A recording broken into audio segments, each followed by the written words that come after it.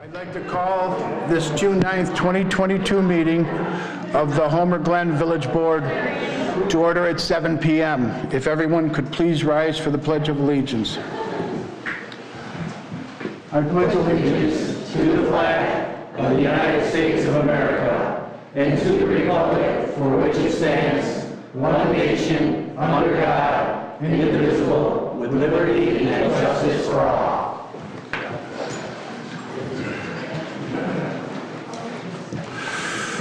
Okay, let me get this open now. Can we make sure that everybody is online, please? Before we get started? Trustee Consolino, can you hear us? Yes, I hear you guys. I can't hear her. Yeah, we're gonna have to turn that up just a little bit. I hear you. Yeah, we gotta turn it up a little. Hello? There you go. Hi, I'm here. Is, Okay. We got you. All right, Madam Clerk, could you please call the roll? was Nicole supposed to be on or no? No. Okay. Trustee Rogers? Present. Trustee Reinders? Present. Trustee Pasmino? Present. Trustee Consolino? Present. Trustee Fialco? Present? Mayor Yukich? Present. Are there any amendments to the agenda? Yes, sir, there is one. I'd like to move I-2 above I-1. Okay, well, all right, right now, we're taking I-2 off. I'm not making an appointment tonight at this time, so no action will be taken. Do we need a vote, or does that need a second, or some sort of a motion, sir? I'll second. That was the motion. A motion? No, he can't make a motion on that. I guess if that's fine, but if the mayor is not going to be making an appointment, what type of action are you going to plan to take? So you're talking for number 1 or 2, no appointments at all? When I said I-2 is what the mayor said. I-2, that's it? Well, is there a second? The, You're making a motion, Beth? Mayor cannot make a motion. Right, I know that. I didn't. But he's saying he's not acting on it, so I'm not really sure. I guess whatever legal thinks. Is there a motion? I'll make the motion. If there's no second, is there a second? Motion fails for lack of a second. Now, do you want to make a motion to move I-2 in front of I-1? I am. Is there a second to that motion? I'll second that.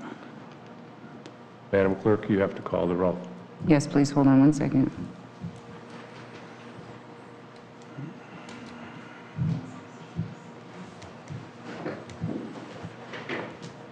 Trustee Fialco? Aye. Trustee Pasmino? Aye. Trustee Rogers? Aye. Trustee Reinders? Aye. Trustee Consolino? Aye.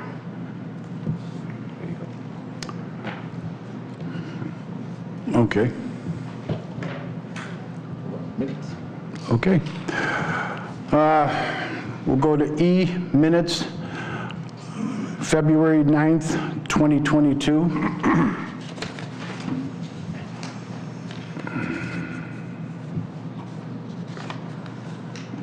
So is there a motion for the minutes on February 9th, 2022 board meeting? So move. Second. Any discussion?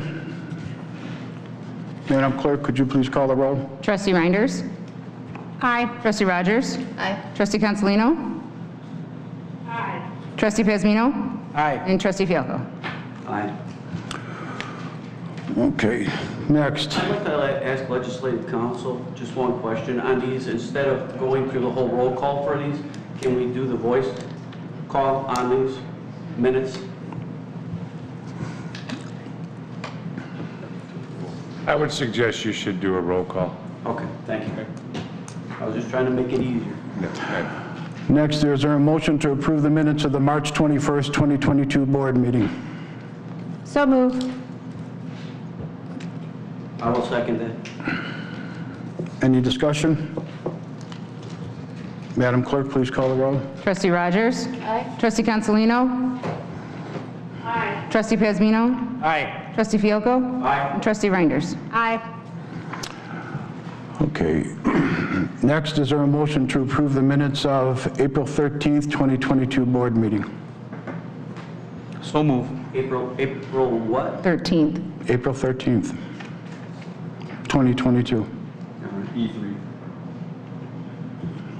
Trustee Pazmino made the first. Is there a second? Second. Any, Mayor, before you act on these, can I just suggest that on page 3 of the minutes for this particular meeting, in items 2 and 3 for the approval of the March 9th, 2022 and March 23rd, 2022 minutes, it says Trustee Consolino motioned to adjourn, second by, and I think that word should have been approve. And then same thing for the one March 3rd where it says Trustee Pazmino motion to adjourn. I think it should be motion to approve because you were approving minutes, I believe, at that point in time. Corrections will be made. okay. All right, so a roll call on 13. I believe Trustee Consolino chimed in. I couldn't hear, though. Jennifer, you want to say it again? No, I just said thank you. Okay. All right, so roll call on, Trustee Consolino? Aye. Trustee Pazmino? Aye. Trustee Fialko? Aye. Trustee Reinders? Aye. And Trustee Rogers? Aye. motion carries. Is there a motion to approve the minutes of April 27th, 2022 board meeting? So moved. I'll second that. Discussion? Madam Clerk, please call the roll. Trustee Fialko? Aye. Trustee Reinders? Aye. Trustee Rogers? Aye. Trustee Consolino? Trustee Pazmino? Aye. Motion carries. Last one, is there a motion to approve the minutes of May 11th, 2022 board meeting? So move. I'll second that. Discussion? Madam Clerk, please call the roll. Trustee Reinders? Trustee Rogers? Aye. Trustee Consolino? Trustee Pazmino? Aye. And Trustee Fialko? Aye. Motion carries. Next would be public comment.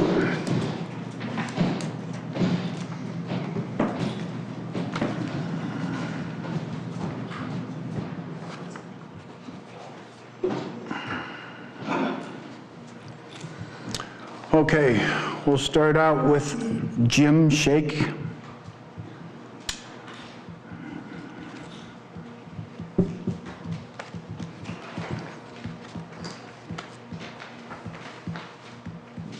Good evening. My comments today are about the mayor's appointment of Jay Rory to the Plan Commission. Microphone on if you can. Thank you. How's that? Perfect. Okay, so the Plan Commission, but first I have a question for the board from the majority voters in this village. This board was voted last year on the promise of fiscal responsibility and lower taxes. Most voters just kind of cross their fingers and hope for the best, but not me. I put my butt in those seats over there and I paid attention. I was at almost every meeting for over a year. I didn't make speeches, I didn't talk over anyone, I didn't yell at anyone, I didn't shout at anyone down. I sat quietly and paid attention. So what did I find? From the very first day, this board was attacked and obstructed by administrators, village employees, ex-trustees, and their family members. You were obstructed from day one. You couldn't even make a motion or even ask a question without being attacked. One of you had to FOIA the village to get information that you were legally entitled to.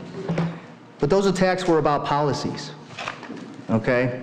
What were those policies? You voted down a $1.5 million tax raise for one, and that alone should stand out because that makes every one of you sitting here, that makes you look good, because we're staring down the face of a recession right now. But you pushed forward, you did what you said you were going to do, and you kept pushing forward. But now you're going to be facing new attacks from a very loud, very angry minority. The mob is forming as we speak.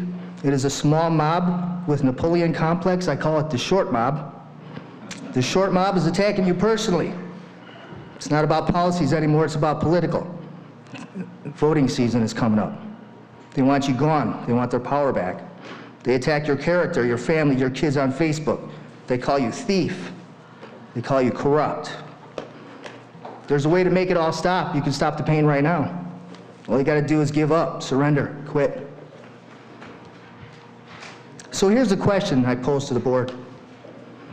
Are you going to keep pushing forward? Are you going to continue to suffer the slings and arrows of outrageous hate? Can you continue to do the job that the voters put you here to do? If your answer is yes, then we support you. If your answer is yes, then I support you. I support the appointment of Jay Rohde. I support the hiring of Carmen Morella. I support any appointment of anyone that would help you do what you promised the voters that you were going to do. And I support the firing of any village employee that would obstruct you, because they're not just obstructing you, they're obstructing me, and they're obstructing the voters, the majority voters. If your answer is yes, not only do you deserve our support, you deserve our respect, and you deserve to have the people in place to help you do the job. Thank you.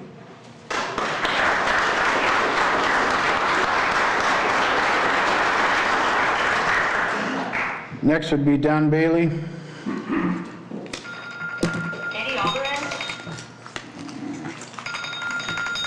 Good evening, board members and mayor. My name is Don Bailey. I'm in a meeting. I've been a resident of Homer Township and Homer Glen since 1978. I've been out here a very long time. I'll wait for a second.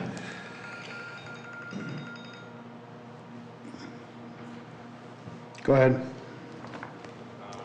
Anyway, I've been out here a very long time. Your board meeting. This isn't about me, but I was on the planning commission when it was Homer Township. My wife was president of the PTA of Homer. My kids went to Homer School. They went to Lockport School. I've known a lot of the people sitting in this room tonight for a long time.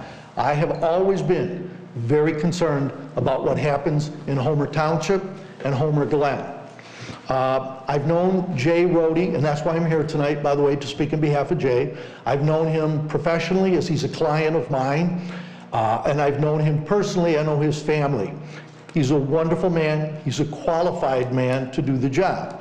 Planning Commission is people who are not motivated by politics. Planning Commission is about looking what's presented, determining if it fits into the structure of the policies of Homer Glen, and then doing the job to make sure those policies are implemented. Jay is concerned about Homer. I know he goes to a lot of meetings, and I know he's qualified to do the job. So I'll end it just by saying he's been a resident for a long time. He is qualified to do the job. We shouldn't bring politics into this tonight. I know there's been scuttlebutt floating around about who supports what politician.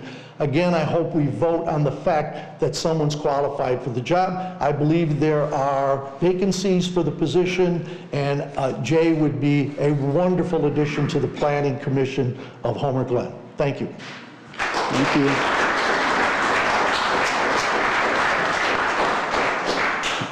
Thank you. Next would be Angel Shake.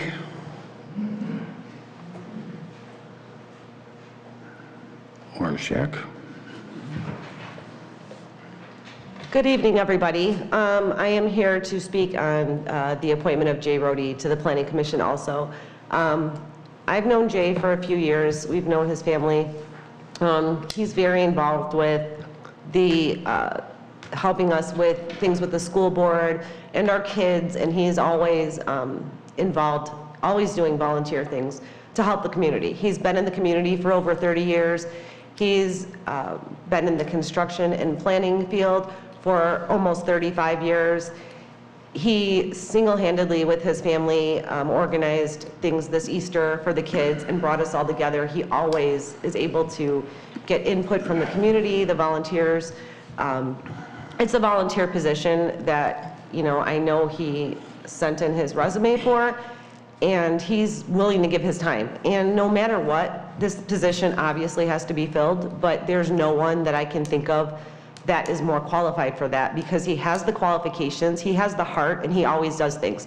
You know, that sign in Meadowview, when it got taken down, who rebuilt it? You know, it had nothing to do with anything from the village that it was put up, and it was the people that needed help, and Jay and another woman single-handedly got that thing built up, you know, built back up, painted, decorated, and it looks nice again. He's always doing things to better our community, so I just wanted to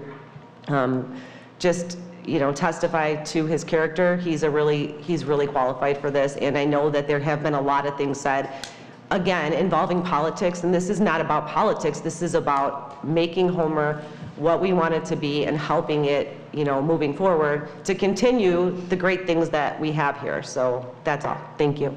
Thank you. Next will be Jay Bradovich.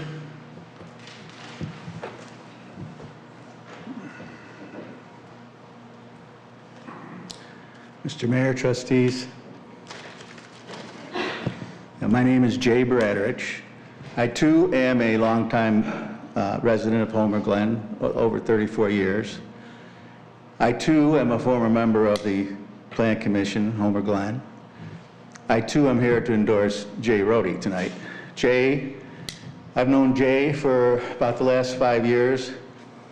My company has hired Jay for multiple commercial construction projects continuously over the last 5 years. Jay and I probably don't go a week without talking to each other. Many of those projects are design build projects, which take a lot of design time together, where there's a lot of problem solving and issues that come up. I like the way Jay evaluates things and approaches things. He's a hard worker. He is very intelligent. He's very fair and extremely thorough.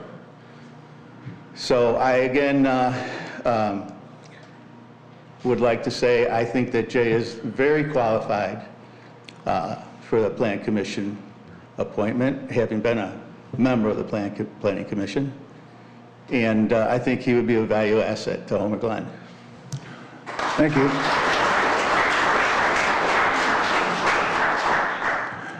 Next would be Lou Zemke.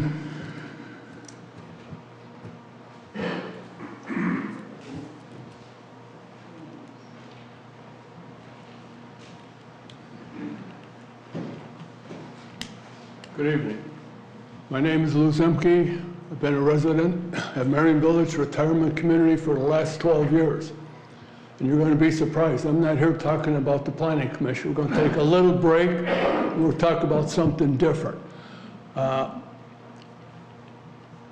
Back in May of 2018, a couple of people took it upon themselves to approach Bloomington to see if we could form a legion, an American Legion in Homer Glen. Many people don't even know we have a legion, but believe it or not, we do. I am the commander of the PFC Michael C. Oliveri American Legion Post 2011. We are headquartered at Marion Village, which is another first. It's the only Legion that is headquartered at a retirement community. One of the reasons we established it at the community is many of our members live there and they're unable to drive and can't get to their old Legion post, but they can get to ours just by walking down the stairs or elevator. So it's many advantages. The 2018, when we formed a Legion, we had to come up with a name for Legion. And Michael C. Oliveri is a local resident of Homer Glen who was killed in action in Iraq in 2011. He left a wife and a baby. He paid the ultimate sacrifice, his life, so that we can sit here and have these meetings and do whatever the hell we want in this country. That cost a lot of lives. We fought for that freedom. So tonight I'm coming to the board asking for your help to try to find all of the veterans living in Homer Glen. We only have 36 members currently. I know there's a heck of a lot more veterans in Homer Glen and surrounding towns. I need your help to identify them. Let them know we have a Legion. Let them know we're looking for members. The most important thing we got, people, is veterans. They're who fought for this country, and freedom is not free. Before I leave, I have to identify a couple of people. Trustee Beth Rogers was instrumental in 2018 working with our past commander, Ron Bain, who passed away, in getting the Legion formed. She was awesome. Thank you, Beth. Also want to thank Christina Toike, the clerk, village clerk, who has been nothing but fantastic supporting the Legion. Not only the Legion, but the veterans, and she runs a Veterans Day at Conal Farm every November. Christina, great work. Thank you very much. Thank you.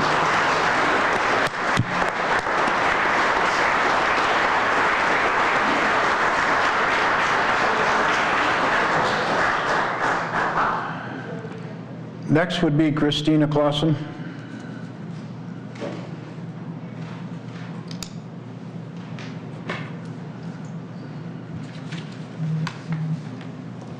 I'm here to talk about, to endorse Jay Rohde for the Planning Commission. I'd actually like to help you out, so don't leave, so I want to touch base with you.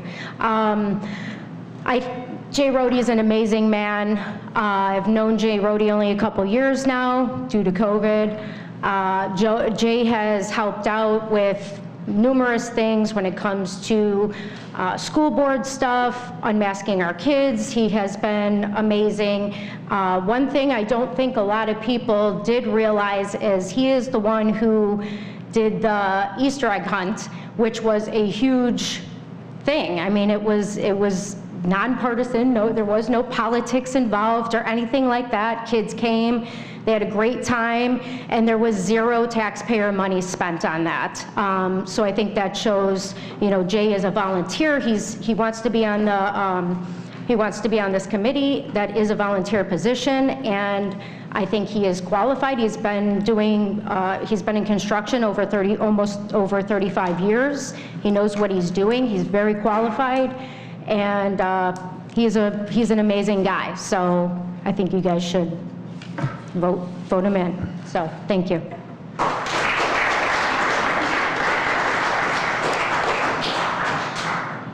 All right, next would be Jay Rohde.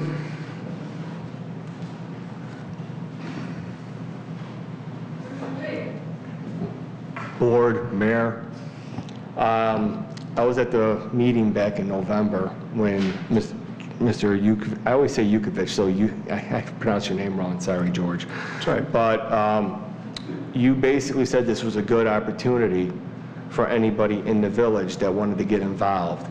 I think there was only 2 people. I kind of felt like you were talking to me because there was only 2 people here at the time. There was a deadline for the resumes, which I believe was December 31st. I filed immediately. Never heard back. Not an email, not saying we're going to go a different way, just nothing, crickets. It wasn't until a couple of weeks ago that I received a phone call asking if I was still available for the position, if I would still be interested in the position. I said, well, what's going on? They say, well, we've got 2 possible open spots, 1 spot, and people need help. We need more community support. I said, sure. I go, I would love to do it still.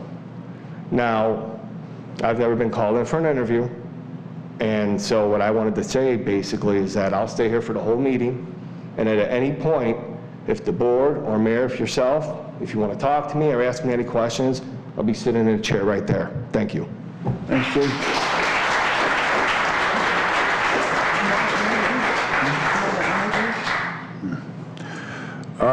Next would be Joe Evans.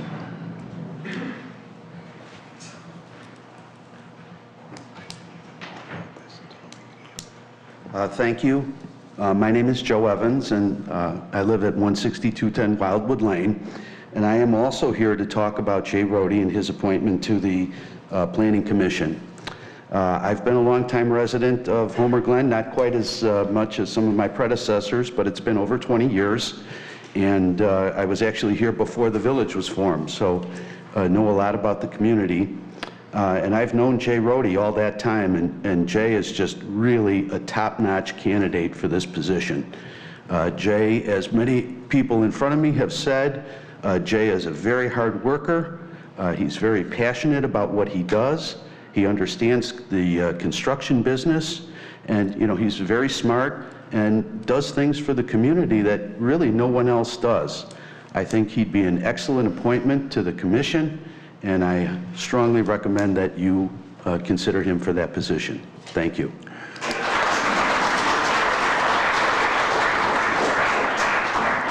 Next would be Mike Dean.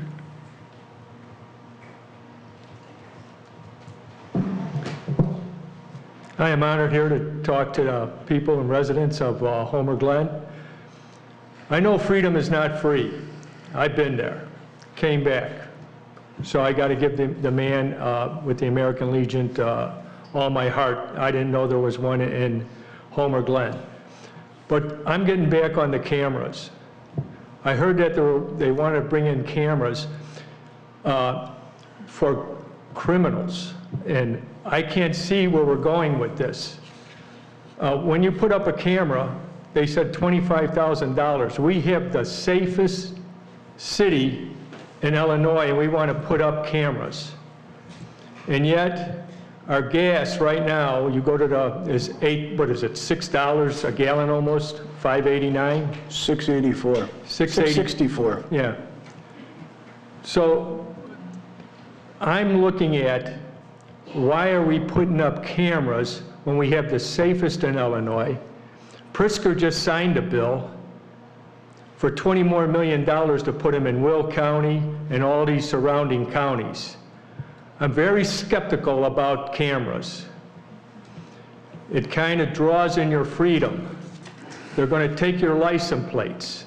How long do they keep that license plates? 2 months, a month, a year? There's no say on it. I believe by taking down and getting rid of these cameras, you have more freedom of movement. And what I'm saying is, when the pandemic hit, we could go across the state. We can go to other cities. We can do other things. We know that there's a pandemic right around the corner. You just listen to these politicians talk. And once these cameras are in there, and you cross a line, they know that car, by reading your license plate, you're going to be doomed. And that's the same thing with putting them in our own city of Homer Glen. You leave the city, they know you left. I don't want any cameras around. I'm not in a communist country. I'm in a free world. Freedom of movement, freedom of choice. And that choice might be dwelled down by putting these cameras in. I would like the members and the board to really think about it hard. We have no criminals. Was it 25% down? The sheriff's department, we should give them a great big hand. They've been doing a wonderful job. We see what bail reform has done. That's the thing that's behind it. It's not these cameras. These cameras, the private sector has cameras. You go to the banks, there's cameras all around.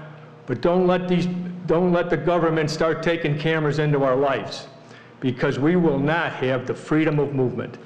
Thank you very much, and I appreciate everybody and the board.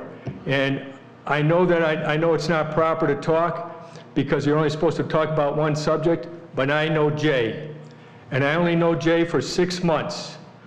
I've been to board meetings. Him and his wife are stand-up people.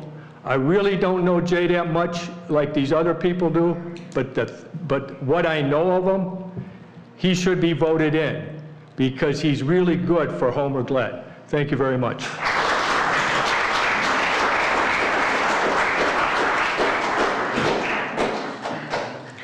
Next would be Talia Roddy. Rody, whatever. Hi. I'm talking about Jay Brody appointment in the planning committee. If I had 2 words to describe my dad, it would be hardworking and strong. I say this because when there's an obstacle in his way, he waits a minute. And he thinks about what he needs to do to get over the obstacle. He doesn't say how high he needs to jump. He wants to think it through and make sure it's done correctly. And that's something he does in every aspect of his life. My dad's amazing. He never complains. He just does what is expected of him and needed from him. My dad is a great father. He would do anything for anyone. So he just wants to give back to the community he is a part of. This is why he would be great for this position. Thank you.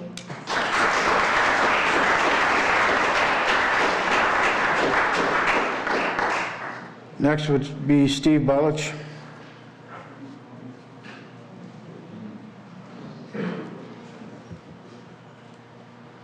And my name is Steve Ballage. I'm on the County Board Land Use Committee for 9 years. I'm also the chair of the Homer Township Planning Commission, and I understand land use. And I got to tell you right now that there isn't too many trustees or anybody on the planning commissions that really understand what land use means. There's a direct correlation, despite what we were told in the past, to what your comprehensive plan is, what the building codes are, and what the zoning codes are. And everybody that's experienced in land use understands that. But people that aren't experienced in it, they don't quite get it because there's too many moving parts. Jay Rohde understands it. I've talked to him numerous times. The man gets what land use is. And if I start asking questions of the board here, they probably get pissed off at me. The mayor wouldn't probably know how to answer it even. I mean, I know stuff that lawyers don't know because I have to fight with lawyers on the county board. So when I tell you that Jay Rohde is qualified, that's a lie. He's overqualified. And it would be a travesty not to put that man on that board. So please, please consider that.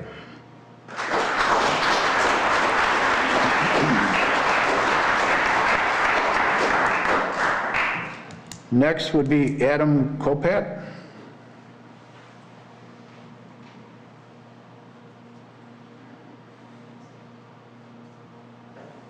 Good evening. I'm here for the appointment of James Rohde. I'm the superintendent at Tritech Electric based out of Romeoville. We do work for IDOT, tollway, municipalities, and we've been fortunate to have Jay at our organization, who has branched us out into many other avenues besides traffic signals and street lighting, such as commercial industrial work. He's got extensive knowledge, just not in just electrical, but construction in general, and he would be a perfect fit for this position. So I ask you to consider it, and thank you for your time. Thanks, Adam.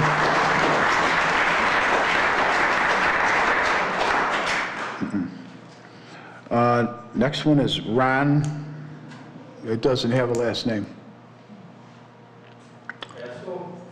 It may be PA.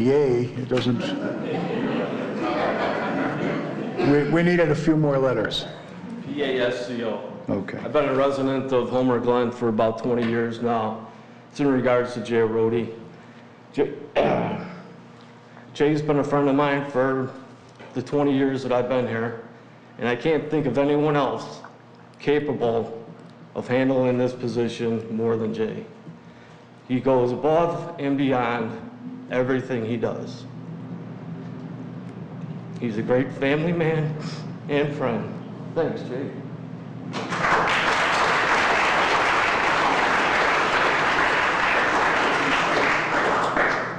Next would be Sarah Pavlik.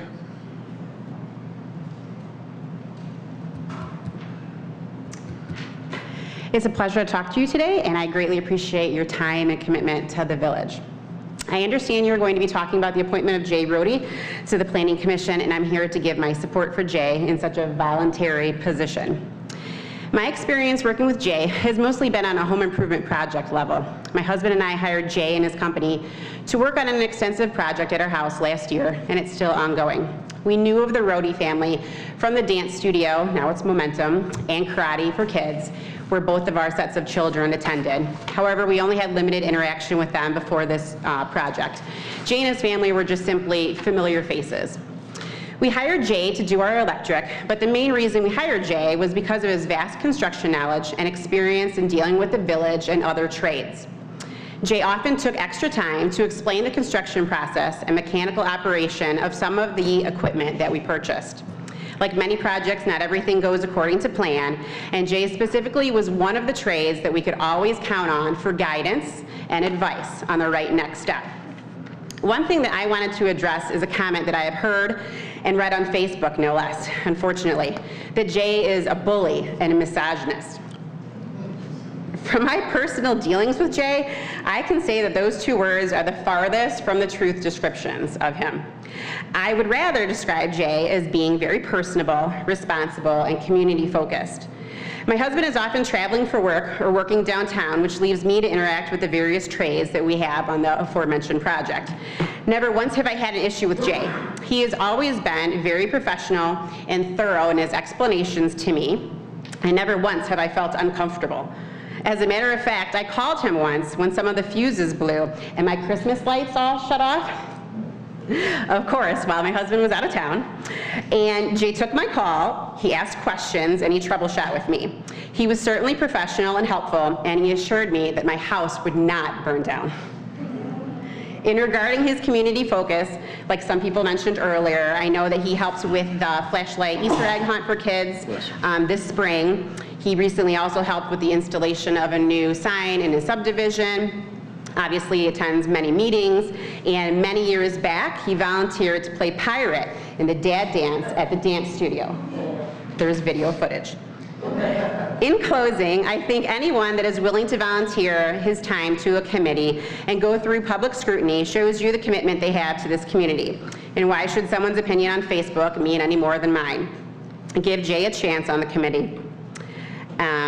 I strongly encourage you to appoint Jay to the Planning Commission based on his experience and his professionalism, and I believe that he would do a fine job. Thank you. Next would be Mary Ann Kyler.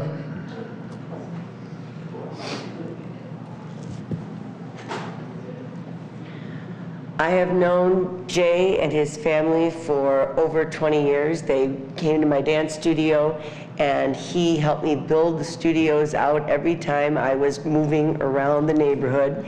He has been there for any volunteer work. He was super Mr. Mom, always at the studio when Karen was working. He was the best father and always there, always volunteered his time, set up stages, set up everything, and of course he did dance on stage, but I don't have to go there.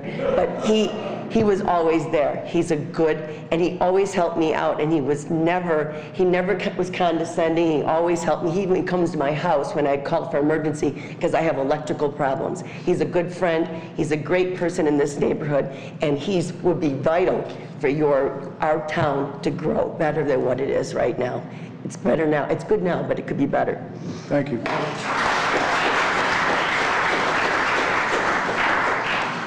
Next would be Peter Katowitz.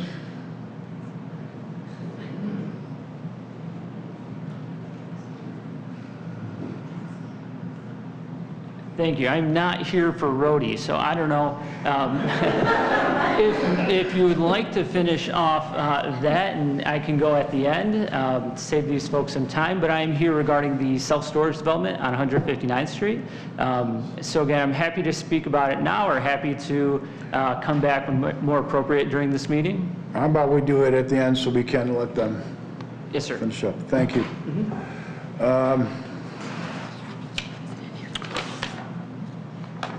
Okay. Ron, you put it on front and back. You did spell it on the back. Thank you. Tori Pasco. Okay. And then James and Terry Brody. Roddy. Brody. No?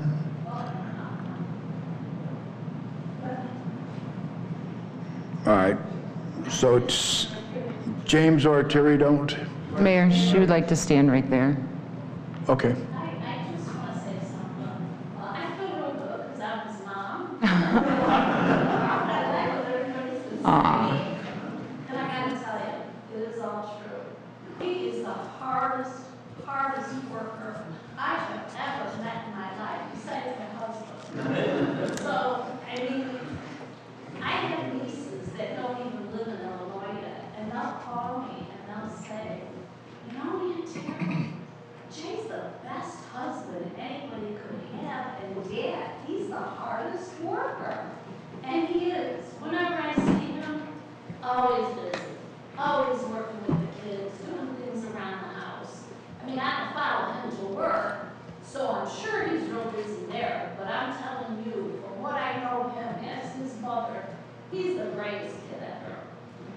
So I'm really happy hearing all this. It's nice to hear this.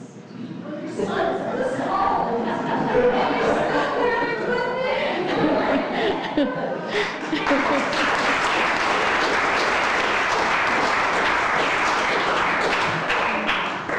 Thank you. And last, Ann Holtz.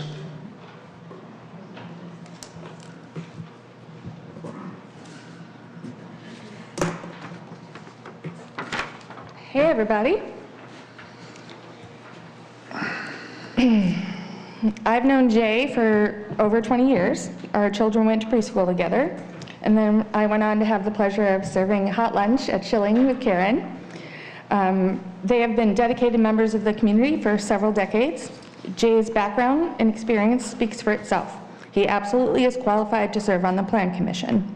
Anyone expressing opposition to this has a purely political agenda, and I believe it has nothing more to do than their Baelish derangement syndrome, and nothing more. For far too long, the Plan Commission has been a political appointment. In fact, Mr. Mayor and Trustee Rogers, you both got your start on the Plan Commission. It needs to stop. It needs to be about qualifications, not a patronage appointment. Thank you.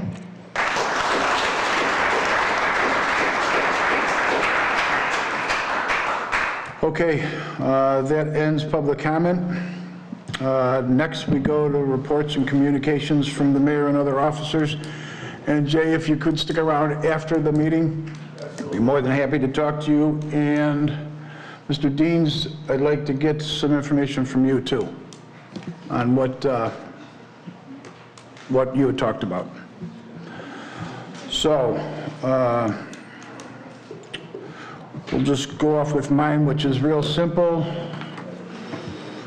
Let me see here. They want me to tell you that hopefully by the end of next week, they should have the state of the village up on our TV and I don't know what. YouTube. And then YouTube will have the other one, but it should be up one day next week. Next would be Trustee Fialco. Yes, I'd just like to remind everybody that the fest is 2 weeks away. Please go to homerfest.com and volunteer if you wish to do that. The mega passes are also available at the Village Hall and at the Ace Hardware store on 159th Street.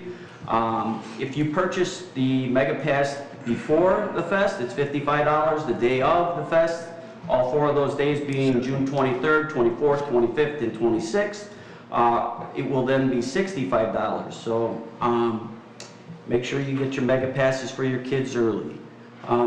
The other thing is, I just want to say one comment. I wasn't going to say anything about Mr. Rohde, but being that I love to hear everybody's opinion besides just seeing stuff on Facebook. It's refreshing. And I want to let everybody know, to back up what was said about Jay Rohde, when we had 3 people quit on the fest, Jay was one of the first guys to step up to the plate and say, when you need me, I'll be there for you. So thank you. And what I'd like to also say is I hope we can make this appointment tonight for both of these items, 1 and 2, for Mr. Rohde and for Brian Kozar. I don't want to see us get politics in the way of progress, although that sounds like the direction that we're headed. I'm hoping that you prove me wrong. Thank you, sir. Next would be Trustee Reindeers. I have no report, Your Honor. Next would be Trustee Pasmino. I have no report, Your Honor. Thank you. Next would be Trustee Rogers. No report. Thank you. She's not here. Next would be Jennifer Consolino. Thank you, Mayor. I was going to wait for discussion about the appointments, but I think it's probably more appropriate that I say it now because of their connection. Because there seems to be a lot of comments regarding Mr. Rohde's appointment tonight and his character, I just want to say that Mr. Rohde is a respectable, long-time resident of this community. He is also a long-time electrician and tradesman who has a vast institutional knowledge regarding building code, construction, and development. I see this as an asset from a good standing resident who is looking to volunteer his time and to serve Homer Glen. We've had a few people unfortunately from our planning commission who have vocalized their opinions and emails against Mr. Rody's appointment. Mostly what I've heard on social media and what I've also seen in emails, they seem to be complaining about videos that he has done in depth and that he acts as a comical parody, just like a Saturday Night Live skit. They don't campaign against the village, and they don't campaign against the village board members. Now, I'm a huge proponent of freedom of speech. However, I've unfortunately witnessed a member of our planning commission get up during public comment and campaign viciously against our new board members, including myself. I also witnessed them provide false information during that political speech. Politics should never be permitted in a committee, and this was just said to me last week at my public safety committee by one of my officials. When we are looking at appointments, this should never be a factor. I believe that a lot of the rhetoric and the attacks that I've been reading and hearing are simply just that, political. I would like our residents to know that our board members, like myself and those staff, are currently working to end the political nonsense and campaigning that has been taking place in our village for a very long time. Enough is enough. Our community is exhausted with this nonsense, and I'm sincerely asking that our board allow our committee to be about our community, for our community. Thank you. That's all. Thank you, Trustee Consolino. Next would be Village Clerk. Trustee Laha is not here tonight, but I just want to remind everybody that Special Needs Day at Homerfest is June 24th between 2:30 and 4:30. And a special thank you to Papa Joe's and Joey's Red Hots for the donation of the free food for the special needs families, and to Konos Corn Maze, Brookfield Zoo, and Botanic Gardens for the free passes. I do want to turn the mic over to Mr. Woods if he has anything to say on behalf of the zoo. As part of this, I also made contact with my former employer, Cook County Commissioner Sean Morrison. I don't know if anybody knows, he actually represents two vacant lots in Homer Glen. So Homer Glen is part of the 17th District of Cook County, and as such, I was able to request 100 Brookfield Zoo free passes to give out for the committee, and they also threw in 100 Chicago Botanic Garden, both parking and admission passes for that. So those will be given out through the Ability Awareness Committee. Thank you. And Mayor, if I could just add a brief update on the Pop Tab Challenge. We will be collecting the Pop Tabs on June 20th and doing the weigh-in and announcing the winners on June 24th at 5 o'clock on the stage. Sounds good. Hopefully it gets better than we had last year by just a smidge. All right, next would be Village Attorney. No report, Your Honor. How about you, Kerry? Thank you, Mayor. I have no report. Thank you. Public safety officials? Village manager. Hello, everybody. I do have a small report. I've been reaching in, talking with the sports groups. We're trying to get some stuff finalized with the field. Reached out with Stellings today.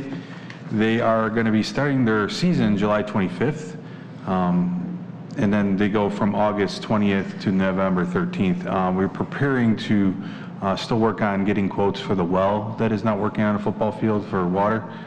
John Robinson and myself are doing some due diligence on that work. And then the Royal Football Soccer Club is also going to be introducing 3 camps this year. And they were looking to do a special needs camp too. So just be aware that out there they're going to be posting these dates. It looks like it would be the week of July 11th, July 25th, and August 8th. And as we move forward with our sports groups, because they do a lot with our community and our youth groups in this area, we will be talking with the Park and Recreation Committee to get their consensus on moving forward with our commitment with them and what their goals and our expectations are to help facilitate our youth programs, which I think is a very big part of this community. I feel that that's our heart of our community. These children's, my children grew up in this community, and they have flourish with some of the awesome athletics and youth groups that we have in this area, and I'd just like to say that. That's it. Thanks. Thank you.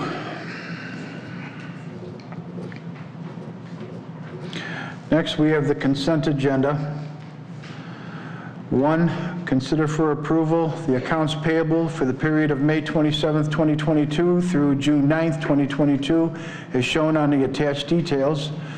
2, consider for approval payment to the Village of Homer Glen's April legal bills from Mahoney, Silverman and Cross LLC in the amount of $2,242.50. 3, consider for approval payment of the Village of Homer Glen's April legal bills from Legislative Attorney Odelson, Stirk, Murphy, Frazier, and McGrath Limited in the amount of $7,261.25. Last would be consider for approval pay estimate number 4 in the amount of $47,401.07 to PT Farrow for completion of sidewalk and curb repairs into Country View subdivision. So moved.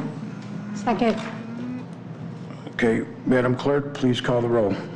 Trustee Reinders? Aye. Trustee Rogers? No. Trustee Consolino? Jennifer, did you hear that? Aye. Okay. Trustee Fialko? Aye. Trustee Pazmino? Aye. Okay, motion carries. Next would be consider for approval the accounts payable for the period of May 27th, 2022 through June 9th, 2022, as shown on the attached details. Oh, that's consent, so we're going to go down one. Okay. Consider for approval the mayor's appointment of Brian Kozer to serve. We moved it up in front of it. This one. Consider for approval the mayor's appointment of James Rhodey to serve as a member of the village's Plan Commission. I still stand by what I said before. I've already said I will talk to Jay because a lot of stuff that was said tonight is not true. So I don't plan on voting it for it tonight. I want to talk to him before I do anything. So is there anything else on that? Yeah, I'd like to make the motion that we... If I may, you've read into the record the item on the agenda. Are you making the appointment or are you not making the appointment? I am not making the appointment right now. I didn't put it on the agenda. I don't know who put it on the agenda. I just asked a question whether you're making the appointment or not making the appointment. And I've told you I am not making the appointment right now. I believe there should be some discussion since there's a motion, there's a second. I mean, is there a second? I didn't. Can we be allowed to finish the motion? You are free to discuss this if you care to. Thank you, sir. We have to wait till the mayor reads the motion on it first, though. He already read the item on the agenda. Okay. He read number 1, or what is now number 1. So you may discuss it. So we have a I'll motion. make that motion. And I'll second. I'd like to say, and I left this for discussion here instead of my village report, what more can you say? Everything's been said by the people that came here to support Mr. Rhodey. I support Mr. Rhodey, my hands to the fire for him. He's a tremendous person, tremendous citizen, tremendous family man. What more can you ask for on a committee like that, as far as the Planning Commission?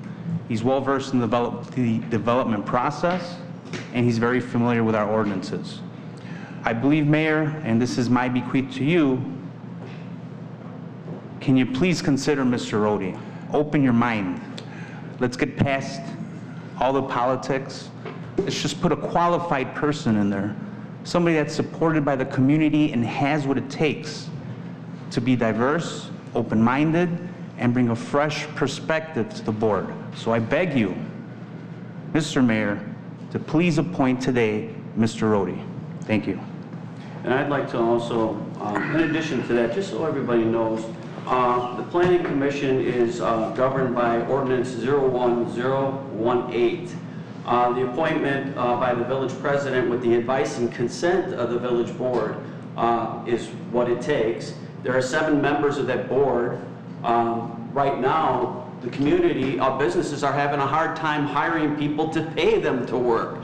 Here we have a gentleman from our community who wants to volunteer his time, and we've all volunteered. You know how difficult that is when you volunteer, but it's in your heart. And I believe it's in Mr. Rohde's heart to help the community. He has all this support before us. We're hearing what a great guy he is, his background, how long he's lived in the village. And to turn that away today is a little confusing to me. But the thing is, if you go on with the ordinance also, this goes on to say that one of the aforesaid 7 members being annually designated by the village president to serve as the chairperson of the planning commission. All members of the Plan Commission shall be residents of the village of Homer Glen and shall serve without compensation thereafter. So there's no money involved, it's volunteer. And when we have somebody working this hard to try and volunteer, it confuses me when businesses can't even get people to work for a paycheck. We also, on 10-3 under procedures, written minutes shall be kept of all proceedings of the Plan Commission, and an annual report describing the business of the Plan Commission for the preceding year and making recommendations for the forthcoming year shall be presented to the village board on or before May 31st of each year. That is why we put our committees together at the last meeting.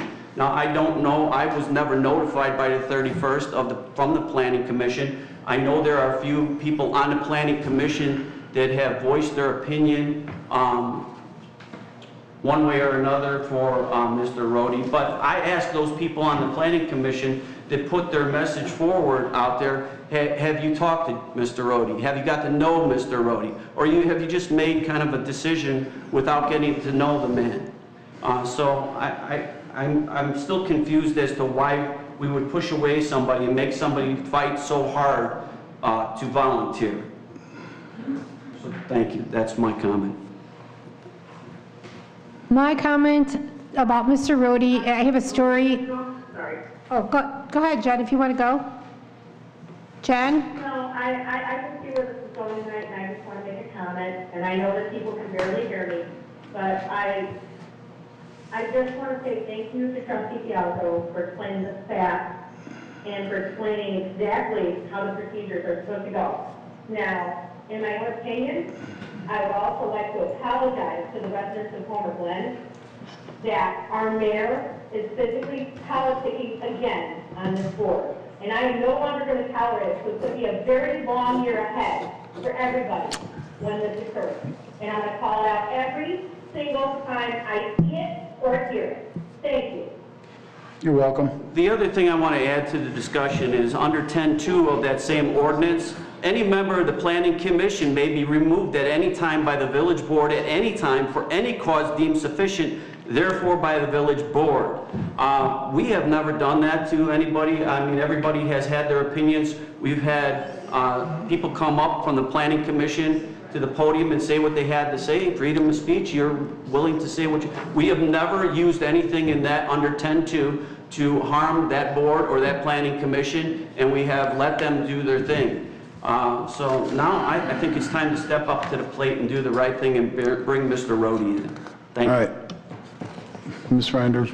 Thank you, Mayor. I would just like to say that I do support this appointment of Jay Rohde. I think the volunteers in this community are the backbone of this community, and this is what really keeps our community together. And I think my remembering of Jay Rohde is this year. I haven't known him for a very long time, but I do know of all those Easter eggs that he had in the back of his truck. And he did that on his own. Nobody asked him to do that. They paid for all the Easter eggs themselves. So if that isn't an example of somebody that cares about their community, then I don't know what is. Is there anyone that has anything to say? Yeah, I'd just like to add, Mr. Rohde, am I saying your name right? Yes. Yeah, he himself said he didn't have an interview. George hasn't had a chance to sit down and talk to him, and so I think that out of respect for also the planning committee members, as Dan said, they have concerns, and I think in all fairness to Mr. Rohde and the planning committee, that we should get them together so that they can discuss it, because we did hear from the majority that they had some concerns about these videos, and I think that in all fairness, they should get together so that if he is approved, he doesn't go onto a board that doesn't really want him there. Let them sit down and talk about it, and let the mayor interview him. You know, he hasn't interviewed him. I don't know who called him and asked him if he was interested in it, because it wasn't him, but I think in fairness to both sides, Mr. Rohde should have an opportunity to speak to these videos that everybody is so concerned about in private with the mayor, and some of us who have some concerns about them and what the intent was or why they were made. Because while there are a lot of people here supporting him, and I think the problem is the people who don't support him are afraid to come because they'll have a video potentially made of them. And that's... I've been available for an interview since I submitted the resume. Right. I've been available so long. Right, and I don't know if anybody else was, we weren't given copies of anybody's resumes. The only resume that I received was Friday, was yours. And it's a very impressive resume, very impressive. So we didn't have a chance to look at that. So I just think that in fairness to both sides, you know, this vacancy, it's been vacant for a long time. I think, you know, the professional thing to do is to allow the mayor and Mr. Rohde to meet, let those of us that want to sit down and talk meet, and then most importantly, the plan committee members who are opposed to this, let them sit down and so they can express their concerns, and perhaps Mr. Rohde can assure him of what his intent is, what his intent was in doing the videos, and then we can all move forward on a much more gentle and kind playing field. So he's not saying no to this. What he's saying is he's not ready to make an uneducated appointment because he hasn't had the opportunity to really have a conversation. It's a fair statement, Trustee Rogers. I didn't want to cut you off. I don't know if you finished. No. Okay.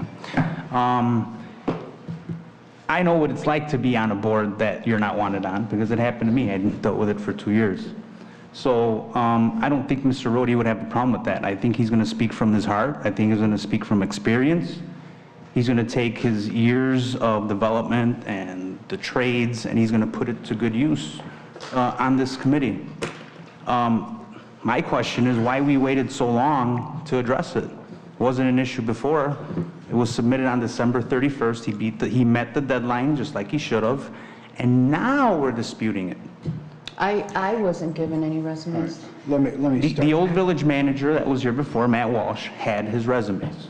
What they did with them at that point, I don't know if they went to any other departments, it sat on somebody's desk. That's not Mr. Rohde's fault. The majority of the board is asking. My hands to the fire for this man. I'm sure everybody else here, we would not put somebody's name out there if we weren't sure that they would be able to do the job. Let's take the politics out. Now, before you asked, you're saying that we should take it to all these people, and all of a sudden all these applicants are coming out of the woodwork. After what, 5-6 months, all of a sudden we're getting applicants coming in and submitting their resumes. Mr. Rohde's and I believe another person were the only two sitting on somebody's desk that nobody bothered to look at. It's not their fault, it's not right. So I ask, I say, fine, you guys want to be fair?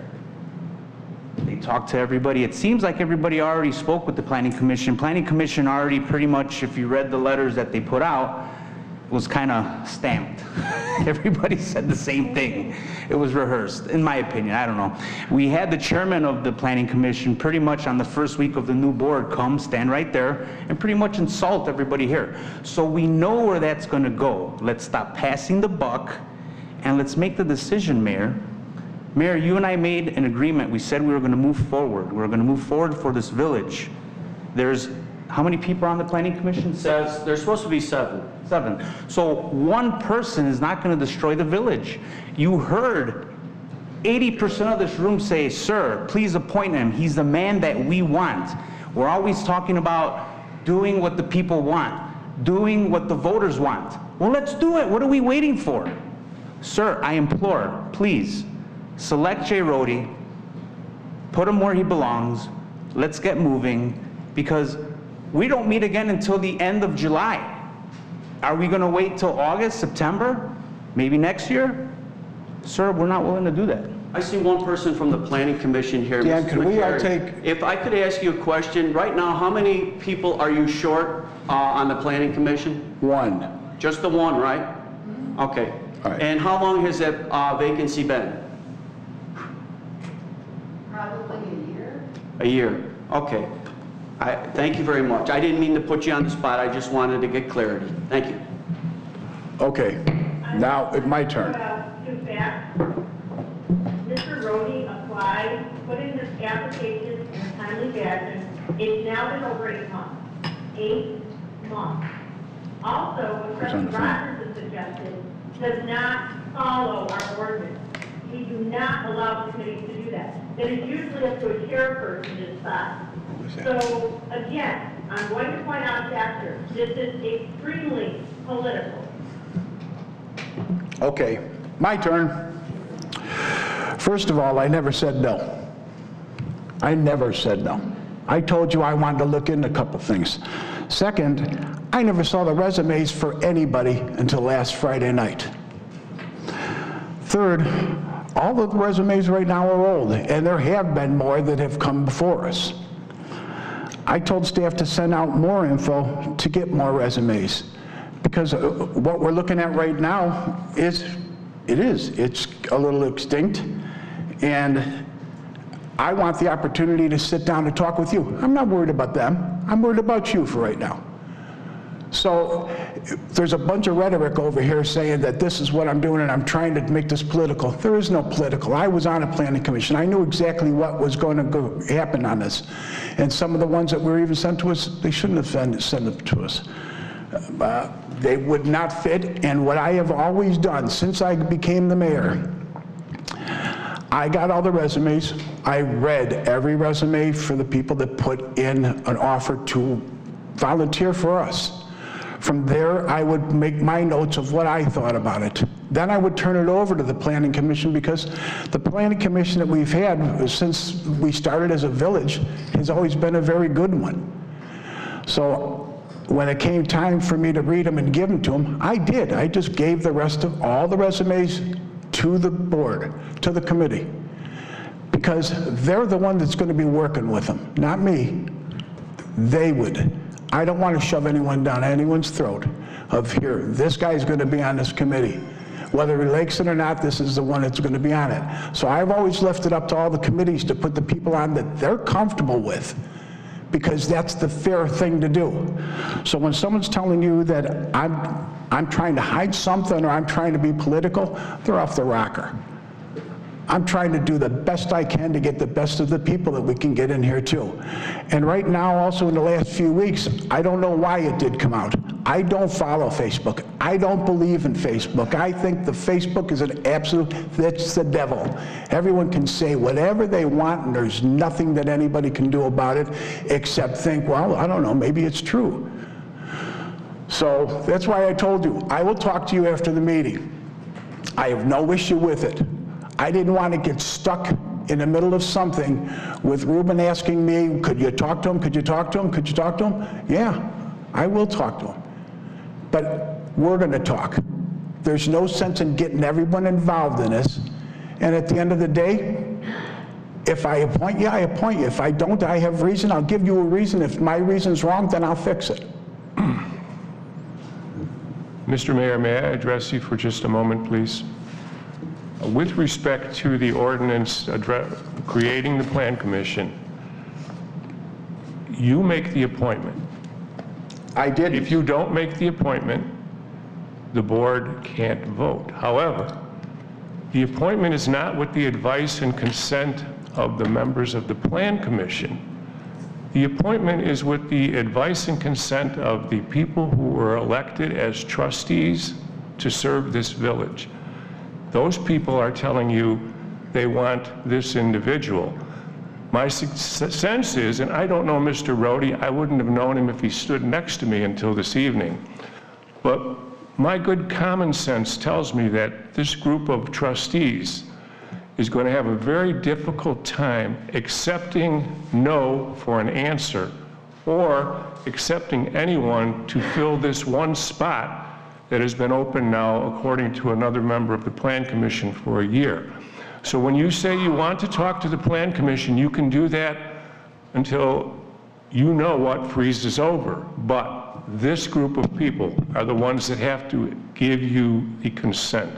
So I would suggest that if you are looking for opinions, your opinions should come from them and not from members of the Plan Commission, who will actually do what they've been doing probably since this village was first organized. Okay, if that's the case, then why don't we let me do what I've just informed everyone that should be done? I didn't put, Jay, I didn't put your name on that. If I would have put your name on it, I would have known a lot more about this. But I did not do that. See, unfortunately, here in the village, the people here, they say, well, here, this goes on the agenda. You know, when I get it the Friday before it. They don't tell me what's on the agenda. So if I don't know anything about it, I can't look into it. So I'm not trying to be short on anything. I like to be as fair as I can. I like to dig in on everything that's out there if there is anything floating. And right now there is some things floating, but I'm not going to bring it up right now because it's none of anyone else's business. It's your business and my business right now. We go over it, we get everything ironed out, I'll put you on the committee. I already told you that. But I did not know anything about this until last Friday. I take that back. Ruben told me, I think, sometime last Wednesday about it, but I never got any copies of anything. So I didn't know who you were. You know, there's a lot of people in this village. I might have talked to you before. I can't remember every single solitary person that comes up to me. I'm pretty good with faces, names, no. I figured you knew my face, but you didn't know my name. Yeah. And you said it was over a year ago? Lots happened in the last year. No, I flew up information. Oh, but even there, like I said, I didn't see the resume until last Friday night. That's when I saw it. Well, that's why I want to sit down and talk to you. Sir, I just want to be correct too, under 10.3. The recommendations that they're talking about under 10.3 are supposed to come from the Planning Commission themselves by May 31st each year. Resumes were submitted in December, by December 31st, I believe it was said. Would there be a reason why the commission wouldn't have got you this information by May 31st as the code calls for it? Well, it's hard to do it on the 8th of June. That's what I'm asking. Why May 31st is the date you were supposed to have the information by from that committee? Okay, and who gets it? Who gets the information, Dan? I'm asking you if you understand why the commission didn't get you that information that it calls for. The commission doesn't, the commission had no papers on it either. They didn't get the papers until I brought them to them. No, sir, that's not what I'm saying. I don't know if you read 10.3 procedure, but the commission itself, the Planning Commission, is supposed to have that report to you and to this village board by May 31st. Again, resumes were put out by December 31st, but yet here we are in June talking about it. And I'm just wondering if there was any conversation that would make us understand better why we're talking about it in June when this should have been talked about a little bit earlier. I agree completely. But it wasn't. It was last Friday. We don't know why, I guess, is what it comes down to. Well, no, I don't know why. Okay. Ruben, when did you come to me and tell me? Well, it's for the commission to come and tell you. No, it isn't. The commission doesn't. It is. Sir, and I agree with you. I don't want to carry on anymore with this, but I will say a couple things. If it were up to me, December 31st comes up. Probably I think all of our commissions are equally important, don't get me wrong, but Planning Commission's pretty much up there. My first conversation with the chair is, hey, do you have everybody you need? No? Okay. So next in line, village manager or whoever's in charge, hey, do we have any applications in? So my question is, was the question asked? Are there any applications in? Was that asked? I know you want to blame it on me for coming to you last Wednesday, but that's kind of something, you're the appointer, right? We've established that. I would have been all over it. Ruben, I'm the appointer whenever you need me to be the appointer, and you ask me if I will guide you in that direction. Sir, but it's you're tasked with it. That's something that you look into at the beginning You know of the what, year. Jay, you up to talking tonight? All right, we'll talk after this meeting's over. We're not going to take, I'm not putting a vote on it right now. It's your call, Mr. Mayor. Yes, it is. Can I say something, please? I just want it on the record for everyone, for our clerk to write down, and for everybody in our community to know. I think this is a complete scam. I think this is ridiculous. We are not following our ordinance yet again, and this is something that I'm going to get more and more bitter about, and something that I'm going to fight for even harder for transparency and accountability going forward. And that's what I would like on the record. You can say whatever you want here. I do not believe that you didn't know until last week about the people that applied. Because you also gave out names to Trustee Gazzino that none of us were ever told by the former village manager that had applied. Just saying. Just saying. You guys give me the agenda, and that's what I do. I'd like to ask council, Carrie, being that there was the motion, it was first and seconded, but in this situation, usually we vote on something, but it's the mayor's appointment. How should we proceed forward with this based on the conversation? The mayor has not made an appointment, and pursuant to statute, state statute, and your village ordinance, the mayor must make the appointment before you can vote and have that person become a member of the plan commission. You can all express your opinion, you could all say what you want, but it's the mayor who must first make the appointment. So you can't proceed on the motion because he will not make the appointment. So the motion basically dies? The motion at this point in time is no longer effective because the mayor has not made an appointment to allow you to act on. When he makes that appointment, you can then act in any manner that you determine is appropriate. Okay? All right, so next one is right here. Consider for approval the mayor's appointment of Brian Kozar to serve as the chairman of the village's plan commission. It is understood that Mr. Kozar's appointment is for 1 year. Do I have a motion? So moved. Do I have a second?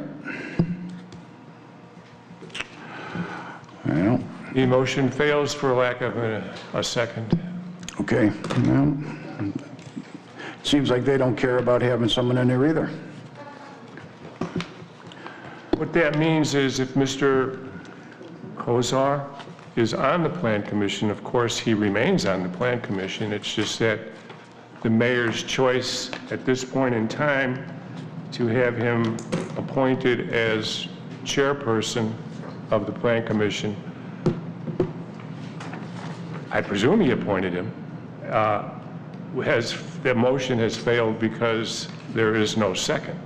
So items 1 and 2 are no longer being acted upon in any fashion by this board this evening. So just a logistical question, who runs the planning committee meetings now? Whoever is the chairman until they are either replaced or they resign or they are removed. Okay. Will continue in that position. Thank you. Okay. Consider a motion to approve 1 of 5 resurfacing companies that submitted price bids for the May 17th, 2022 bid opening for the Village of Homer Glen Road resurfacing projects for 2022. Is there a motion? I'll make that motion. And I'll second. Discussion. I'd just like to thank Director Brent Woods for all the hard work he put in to this bidding process. We talked about it in A&F, and deconstruction, I believe, it is the lowest bidder.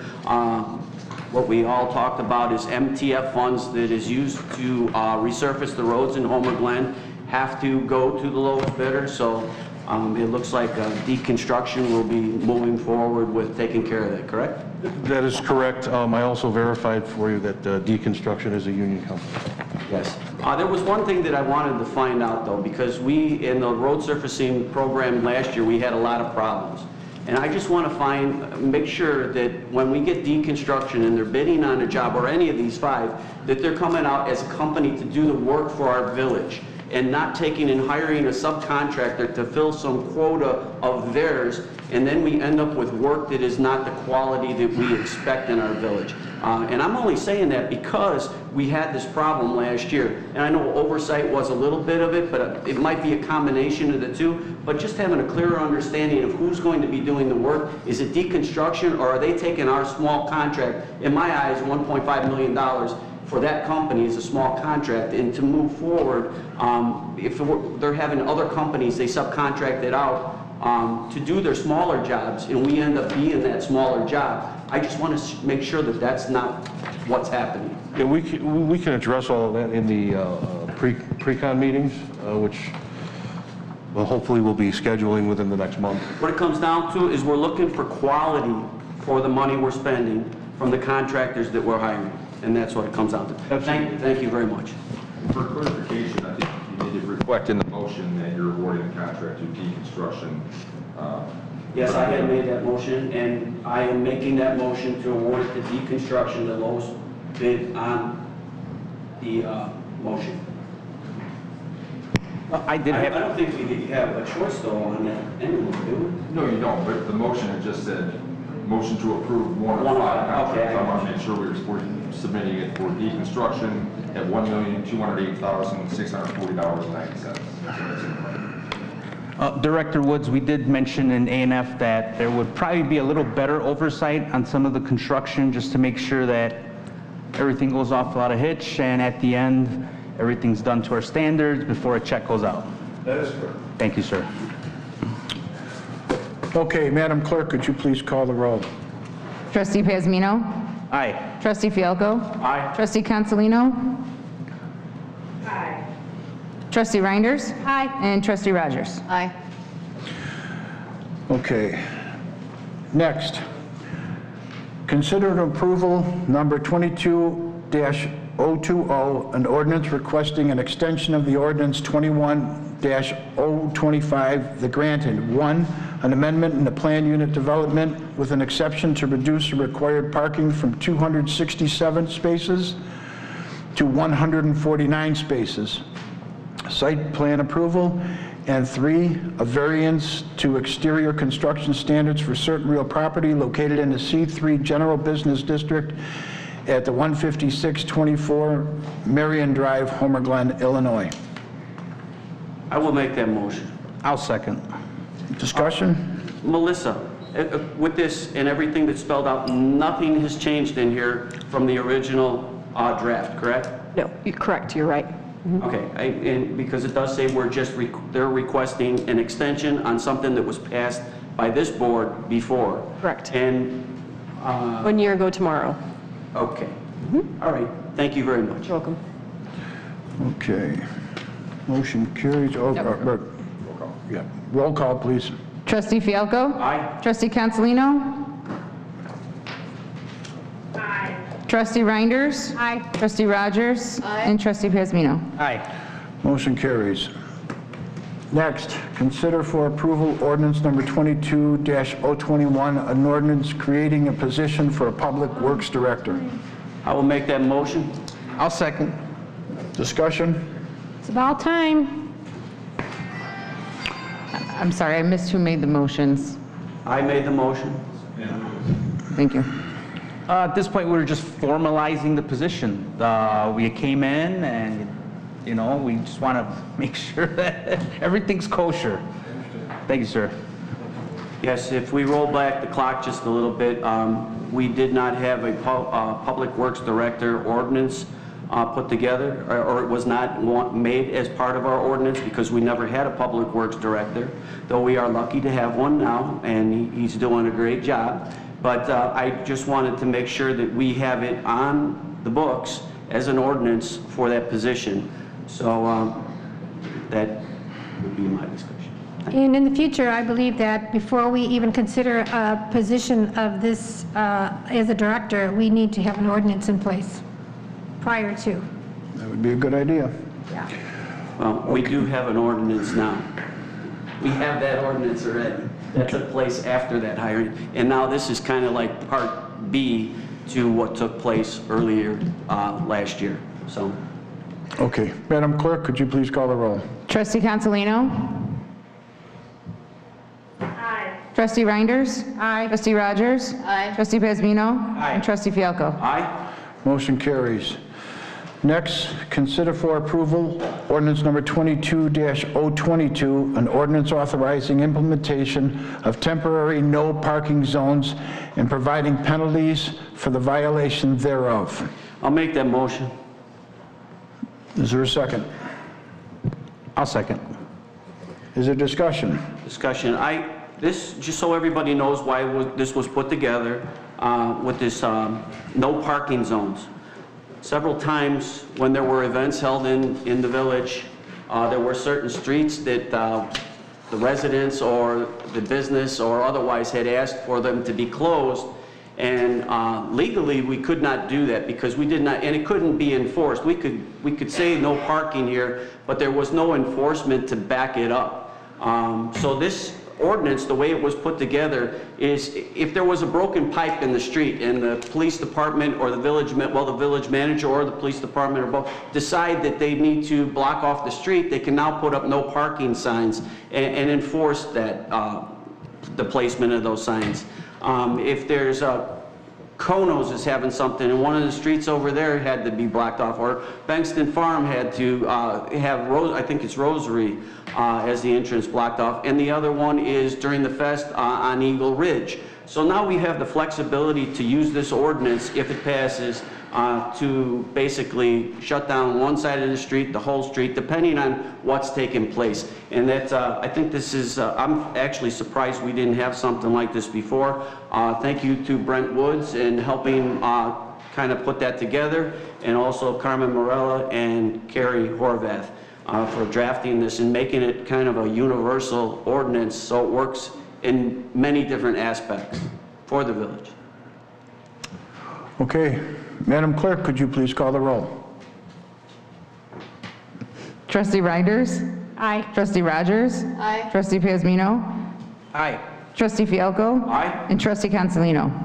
Motion carries.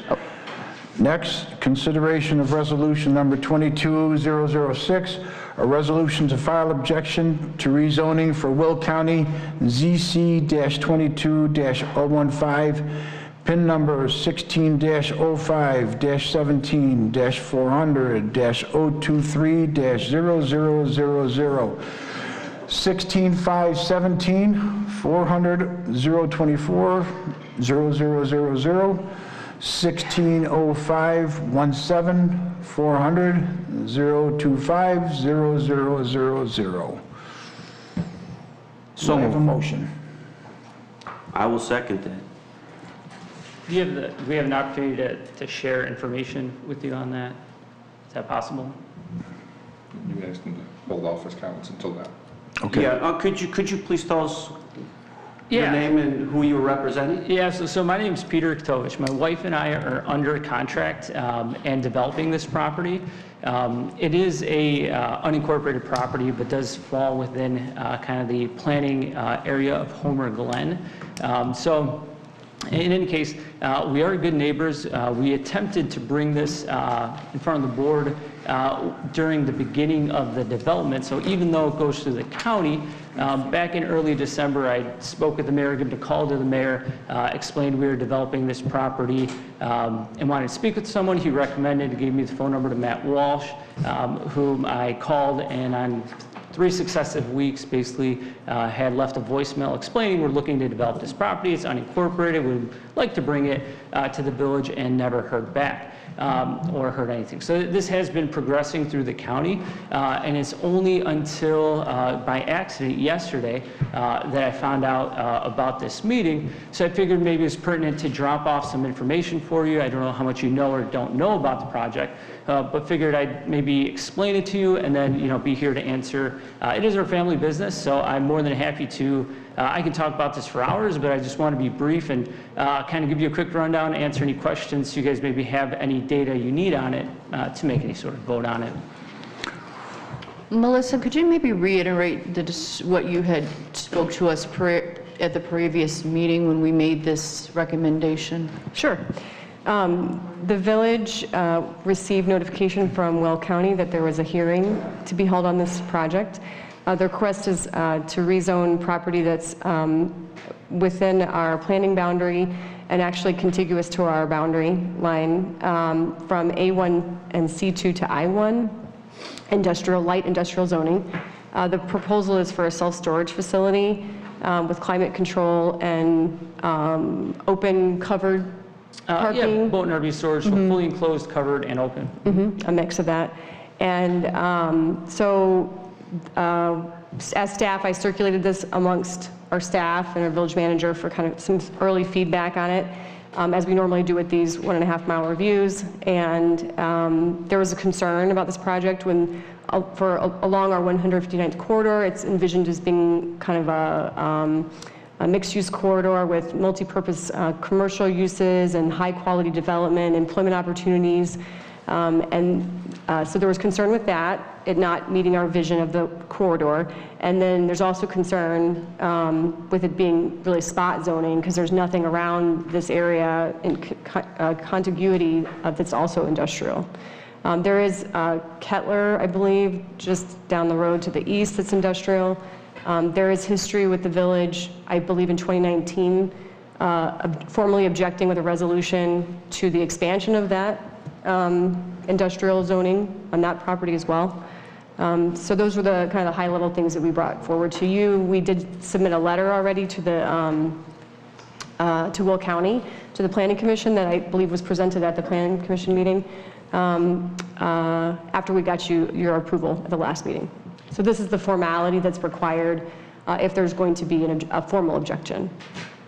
If I'm to understand you correctly, this board gives their opinion, but it really comes down to the Will County Board. This piece of property is township property, is it not? Correct, it's unincorporated Will County. And I'm saying that I kind of know, but I'm just kind of spelling it out. It belongs to the township, so we give our opinion. No matter what our opinion is, it still falls back on the Will County Board as to what happens with this property. Correct. All right, thank you. And to clarify, Trustee Fialco, what this does, if this resolution were to pass and the village were to file it with the Will County Clerk, is that it forces a supermajority vote on the Will County Board on this item. So that's what this formality would do. Okay? Thank you. You're welcome. Thank you, Trustee Fialco, and Melissa, thanks for clarifying that.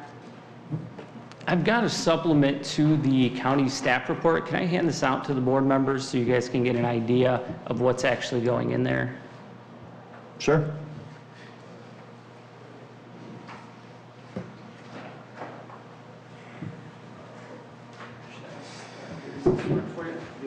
Thank you.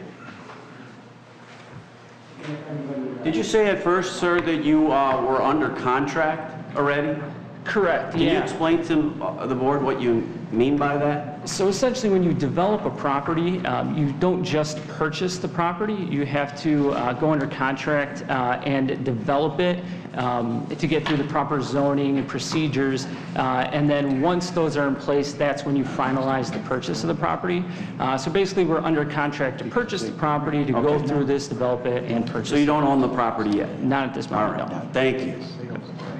Yeah, so the property, what we're building here is a Class A traditional self-storage and boat and RV storage facility. So essentially, what this facility is a premium, high-quality storage facility. So typically, when folks think self-storage, there's a stigma in grass, gravel lots, kind of that cheap kind of property. If you take a look at the photos that I have here, so my wife and I have developed and built pretty much this exact same facility. This will be our second location. So you can take a look at the photos there. That's at the very end and on the front page is what we've built in Volo, so it's about an hour north of us. And then it's basically carbon copy what we're doing here on 159th Street. But in any sense, like I said, it's a quality facility, so we're talking double-digit millions of dollars for this facility. It's a beautiful facility, high-end in every aspect. We're the only Class A facility of this type in Illinois. Pretty common in Florida, Arizona, Texas, etc. I know there's some concerns always with self-storage. Tax is always a big issue. So the board is aware, essentially, large developed property like this does have a substantial real estate tax bill.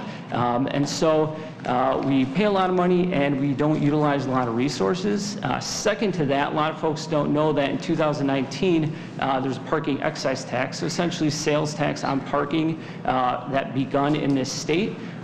Majority of our facility is recreational vehicle storage, as you can see from the photos. So there is a nice tax base there from the, I guess you could say, recurring monthly sales of our product. And so essentially, the staff report, though, had 28 foot on there, and I know there's some discrepancy and dispute about building 30-foot warehouses on this property. I assure you that is not what we're doing here. If you take a look at page 2, that's sort of a layout of exactly what the facility looks like.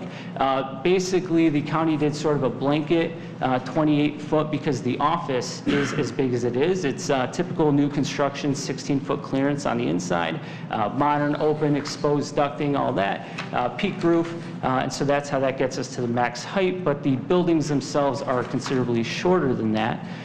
So in any case, if you guys have any questions about it, I'm happy to answer them. Like I said, I could talk for hours on this, so I'd rather turn it over to you to see if there are any questions at all.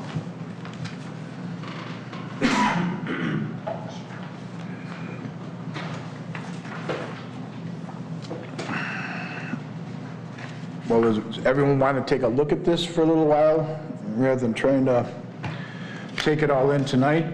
Or do you want to discuss anything on it? I think this is time sensitive, if I'm not mistaken. It's exactly what we saw last. I don't even remember. Okay, so, all right. Janie may be able to tell us exactly, but I believe that there are also a number of adjacent property owners that are formally objecting. Is that correct? We've just heard.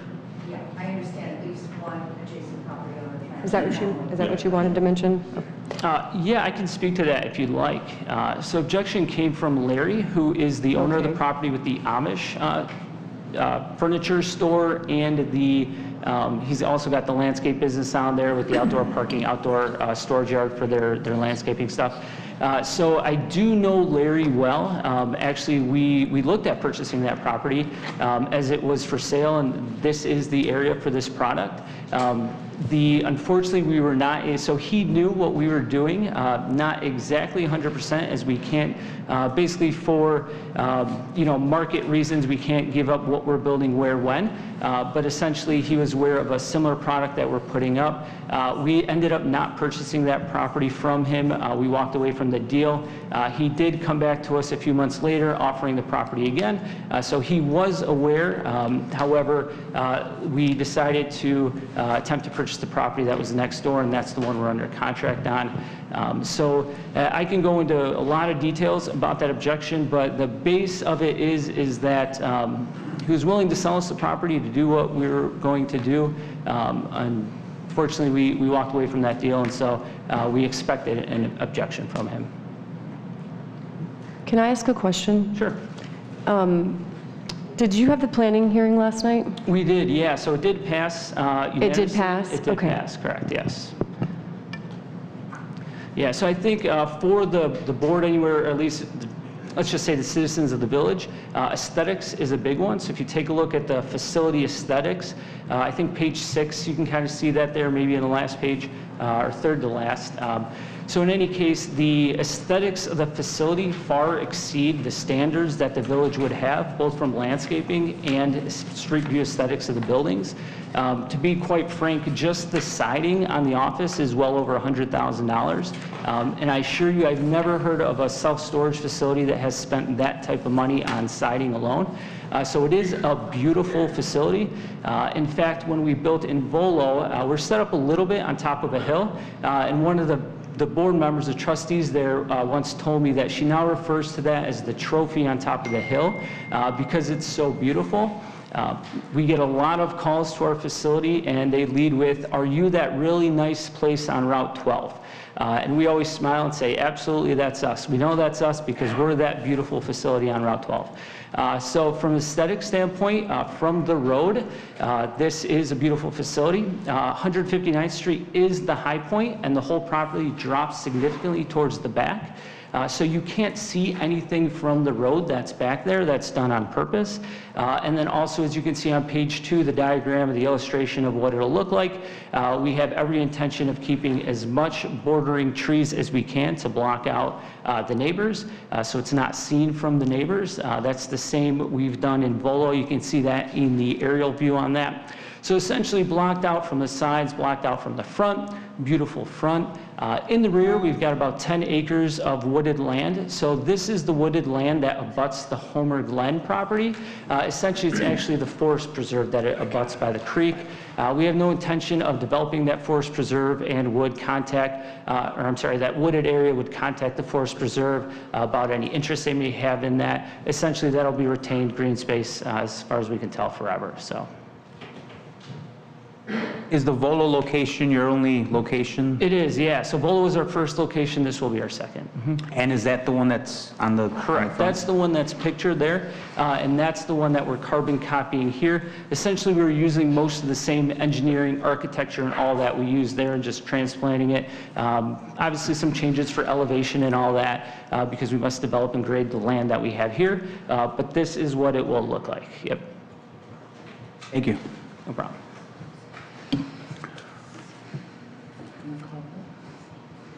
Okay, Madam Clerk, could you please call the roll?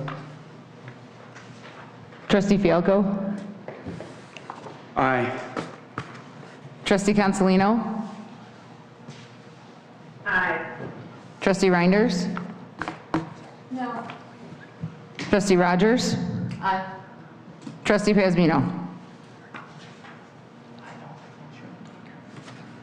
Aye. Okay, motion carries. Thank you. Is there any old business? Is there any new business? We have one on here, discussion regarding amending ordinance number 20-036, an ordinance amending solicitation of certain times, Article 2, peddling and soliciting of Chapter 83, business operations of the Code of the Village of Homer Glen. So move. Well, there's, Oh, I'm sorry. It's just, yeah, this is just a new business, so we know. Yes, I would. And the reason I brought this back up was, I honestly just think that the timing for it, I think we discussed in the last meeting, I know I don't like it, and I'm sure there's a lot of people out there, a lot of our residents that just don't like people knocking at your door at 8:30 at night. I think it's dangerous. I think the sign of the times right now, nobody wants anybody at their door knocking at 8:30. I know there's legal ramifications for that, but to be honest with you, you can't put a price on a human life. If something happens to somebody, I don't want to be the one reporting it to somebody's family, calling somebody at work saying something happened. The elderly are susceptible, young ones are susceptible.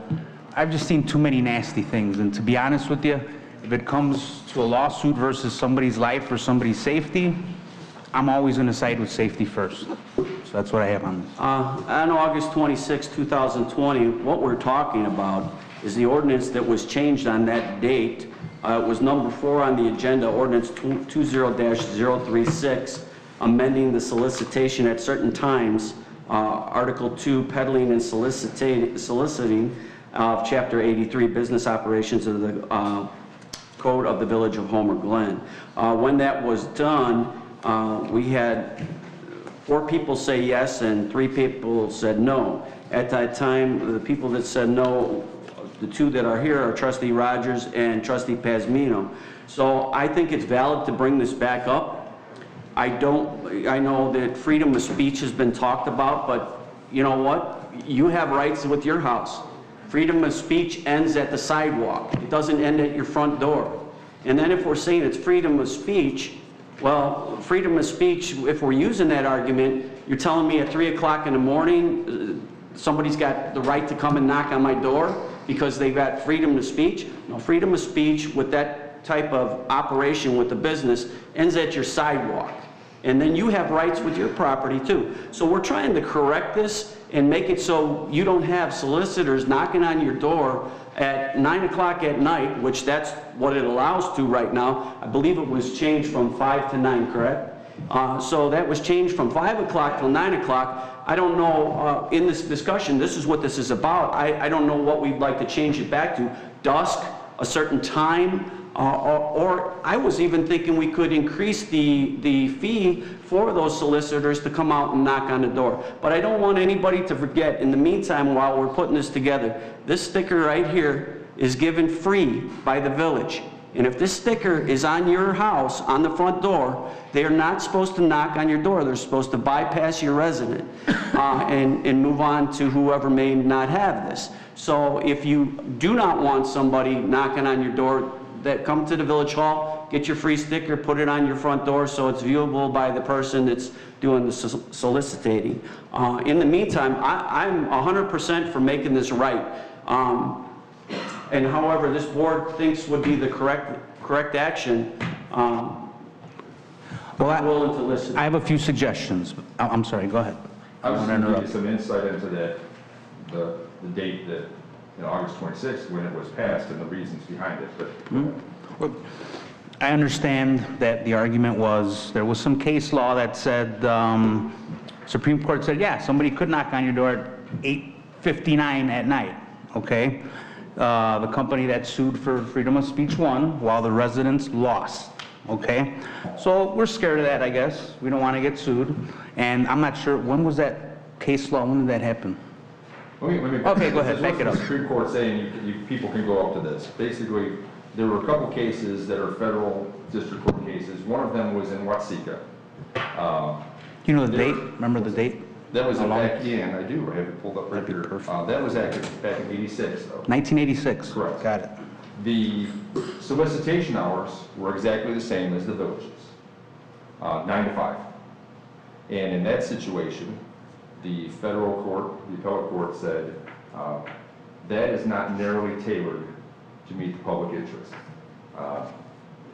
5 o'clock is too limiting, to use the best way to describe it. And the ordinance for the village of Watsika is incorrect. It's illegal. It violates the First Amendment. That's what the court said.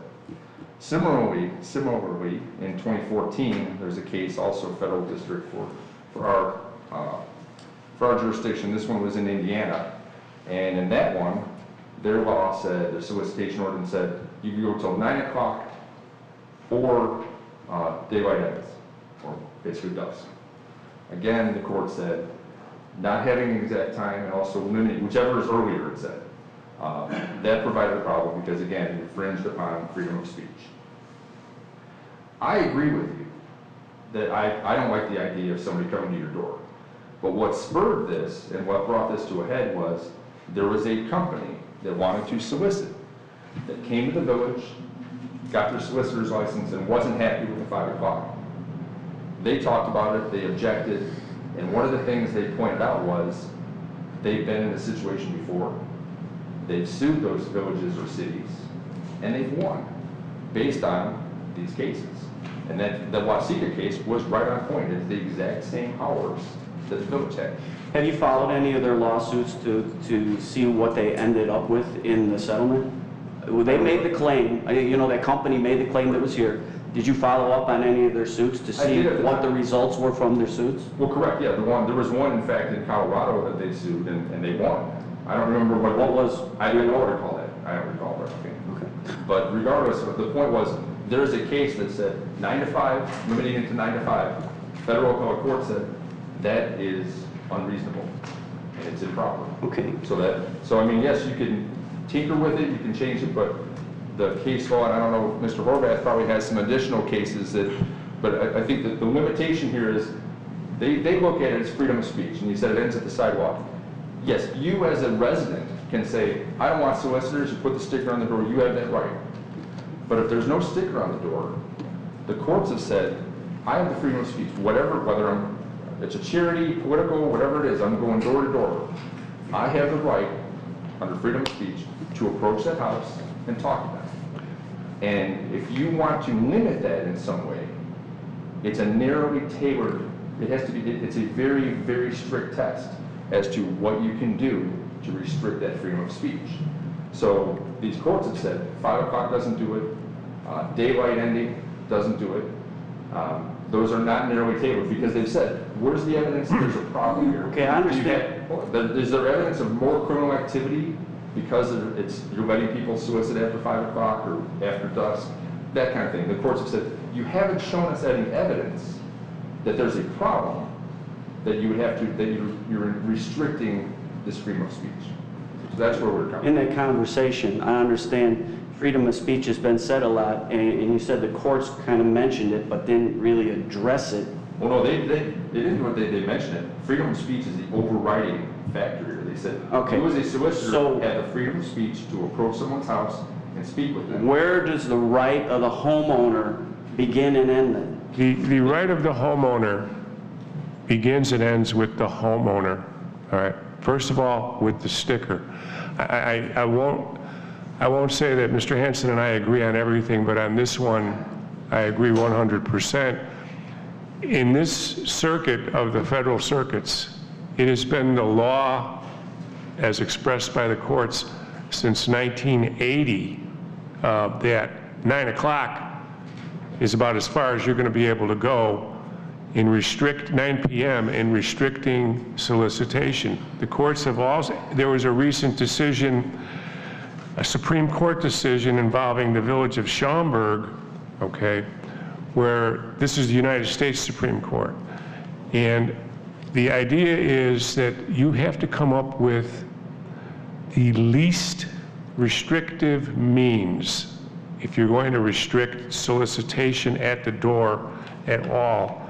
And as Mr. Hanson said, you have to have evidence that the activity you're prohibiting is necessary, okay? And as he indicated, you have to be able to show that crime, number one, that there is crime, number two, that it's caused by solicitation at the door, and then number three, that it's more prevalent after a certain time.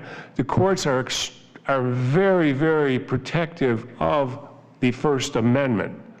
And most recently in Springfield, the circuit court, the Seventh Circuit Court of Appeals determined that the Springfield panhandling ordinance was unconstitutional because it treated panhandling for money today when you walk out on the street and ask for it differently than if you put a sign up and say, would you send money to such and such by mail or something to that effect. The courts are incredibly restrictive at this point in time. Your ordinance that was prepared over the years, and it has been slightly amended, your ordinance does have a registration requirement for solicitors. It has very specific things that they must do in order to obtain permission or to register to solicit. Those are things that are permitted. The courts have been very clear. If you put up that little sticker and I see that sticker, I can't come and knock on your door then. Then I'm on notice, but that's the homeowner's choice. And another point that the courts have made is the homeowner may want to hear what the individual has to say.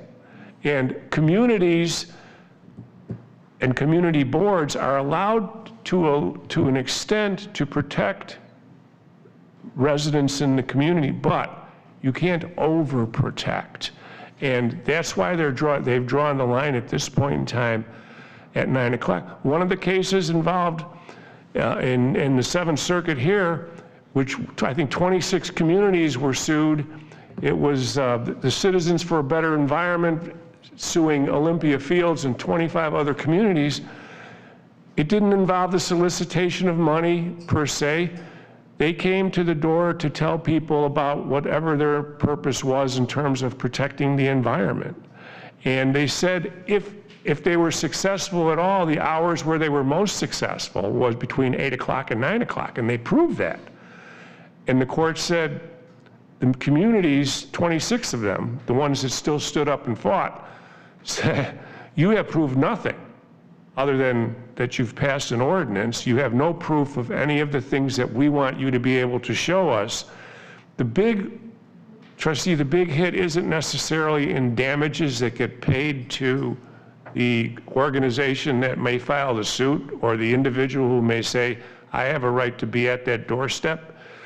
It's in the attorney's fees that are incurred, not only to defend the village, but for the individual who sues the village. Because if they're successful, if they win $1, but they make their point of view, if they're successful and they get the injunction, then you're looking at some very, very serious money, sometimes in the hundreds of thousands of dollars. And so your ordinance goes about as far as it can at this point in time to set limits and to set requirements for the people or the entities that come in to solicit. But neither Eric nor I can advise you to go any further at this point in time, Well, because you walk into harm's way. maybe there is something. Under 83-9 solicitation registration requirement, what is the highest fee that we can put on a solicitation permit? It has to be related in some fashion to whatever the cost might be to monitor this. It should be a very low amount, because because there are many entities and many individuals who can establish that they have a point of view, but they don't have money to pay to the village to have the right to express that point of view.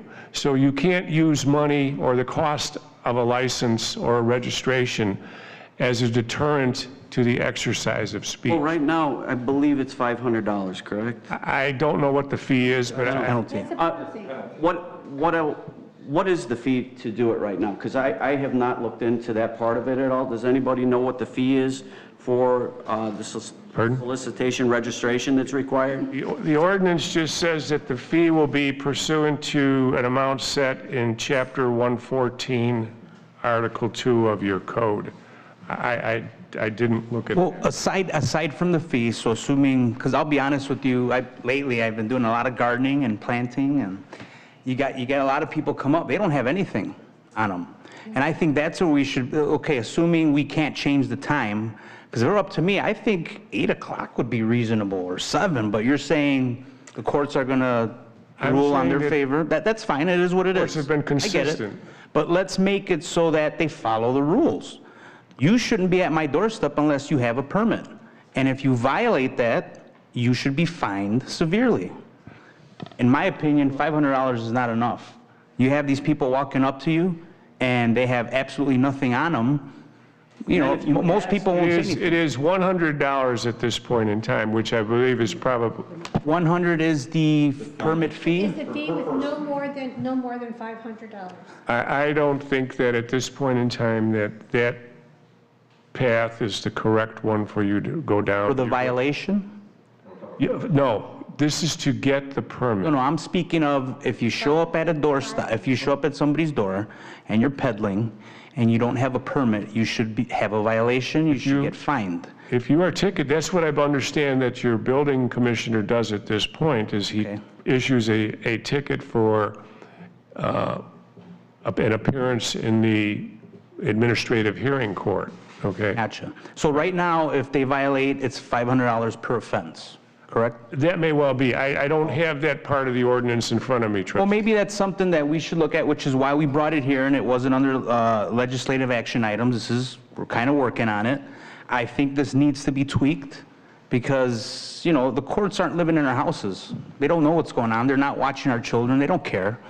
It's our job to oversee this. And I'm not arguing, I'm just saying, let's tweak it. Let's do it so that it protects our residents, because this does not protect our residents. It protects the big corporations. If you're going to do anything, you need to have evidence to show that what you're doing is necessary.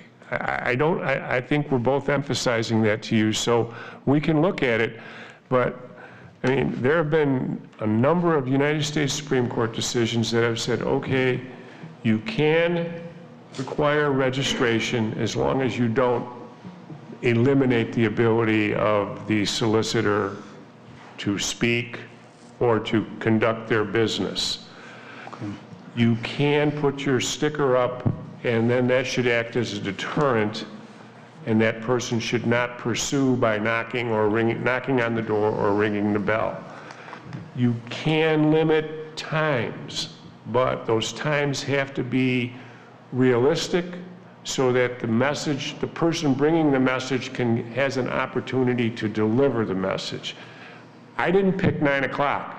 I know. The courts did. I'm not saying that you shouldn't have the protection for your citizenry that you want, but the courts have said you got to be really, really restrictive here, because it is the First Amendment we're talking about, the most important of all. As the one gentleman, I believe, from the veterans, the one veteran and also the gentleman from the American Legion spoke, freedom is the first one.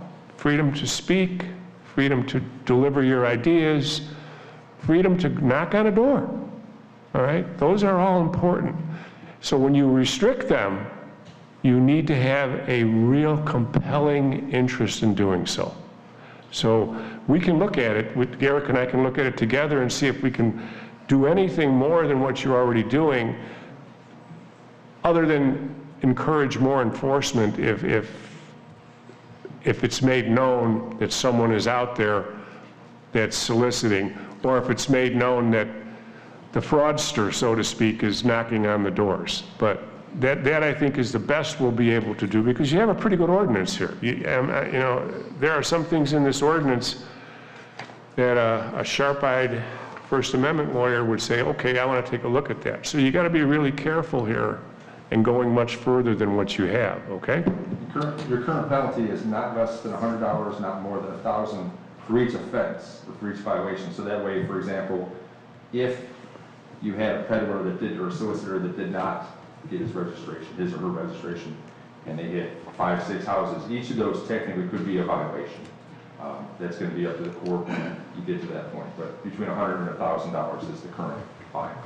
This problem is not something new. I've heard from several residents just in the area I live that when they ask for their credentials or their license, they get very belligerent and they get aggressive, and then when somebody says, I'm going to call the police, then they just move down to the next subdivision. So Lieutenant Taylor, would you be able to address this question as to the amount of call, do the calls increase for solicitation during this time of the year and when we get into the season where it's a little bit warmer?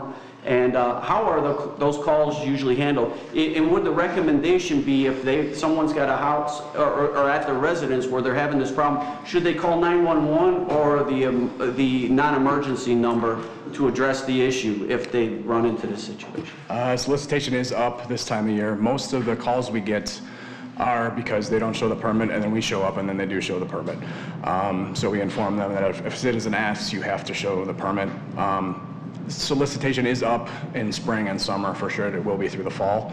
We don't get many complaints after 5 o'clock. Very, very rare. Recently, the past year or so. Okay, and when it comes to the fine, I imagine you could probably give them a warning first, which is probably the right thing to do. Not for solicitors. We give them a ticket. Or a ticket right up. So it doesn't have to be through the building commissioner to give a adjudication ticket. Correct. You actually give them the ticket. Correct. We wrote a couple last month, at least one last month for sure. Okay, so we know the support is there behind law enforcement to correct the problem when it comes up. Solicitors are one of my biggest complaints because they could have nefarious intent. So for sure, we definitely want to reinforce that for sure. And wouldn't that be a good reason to have cameras? I'll leave that, guys, up to you, but I think we should also look at some type of program to get these stickers in the hands of people that maybe can't physically come up to the village hall to get them. Like we can mail them out. You know, that Maybe we could put something online where they could fill out a form and ask to have it sent to them. There is something online. There is something online. Yeah, you print it out, you put it in there. Yeah, I mean, but the stickers, or even if they, you know, can't physically get, you know, we have a lot of people that, like the seniors and people that just don't have, they can sign up for it, and, you know, we can get a group of volunteers to help distribute them to the people who can't get here. Mm-hmm. Yes. I agree. I agree. Right, it's a work in progress. Okay. Thank you. I think that Jan, Trustee Dudley, thank you so much, and same for Lieutenant Taylor. Sitting on the Public Safety Committee, I can tell you both as a member and as a resident, I've had people approach me up to 8:45 at night. They were extremely aggressive. As a mom, somebody who takes care of somebody who's a senior citizen, and a husband who plays a lot, I feel very unsafe with people approaching my house that late at night. And they're quite bold when they talk to the door.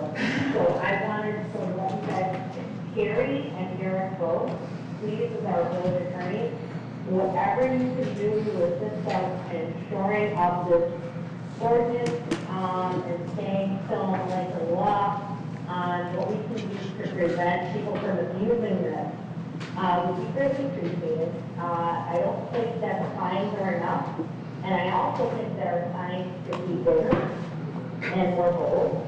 And I think if we put those kind of signs up at people's windows, we also need to advertise that we're doing this kind of furniture up the window or signage display to residents that we use our services to know these people before they're in the doorbell.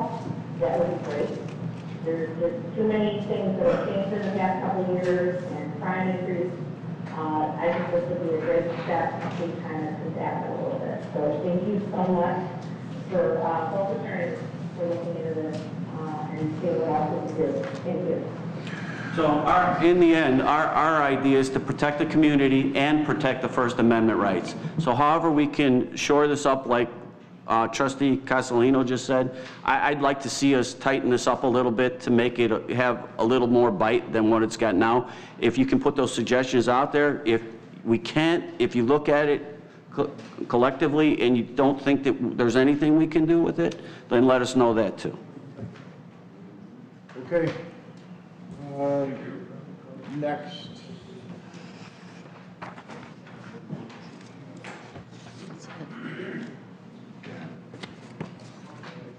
I have nothing for closed session. With all due respect, Mayor, I had asked for the executive session minutes be on tonight's meeting, but with due respect to Mr. Rohde and yourself, I asked that we just remove that from tonight and do it another night. All right, with Kerry saying he has nothing to do on it, Eric, you have anything to do on it? Nothing else, Your Honor. All right, so if there's nothing to be discussed, I need a motion to adjourn. I'll make that motion. All in favor? Aye. Thank you.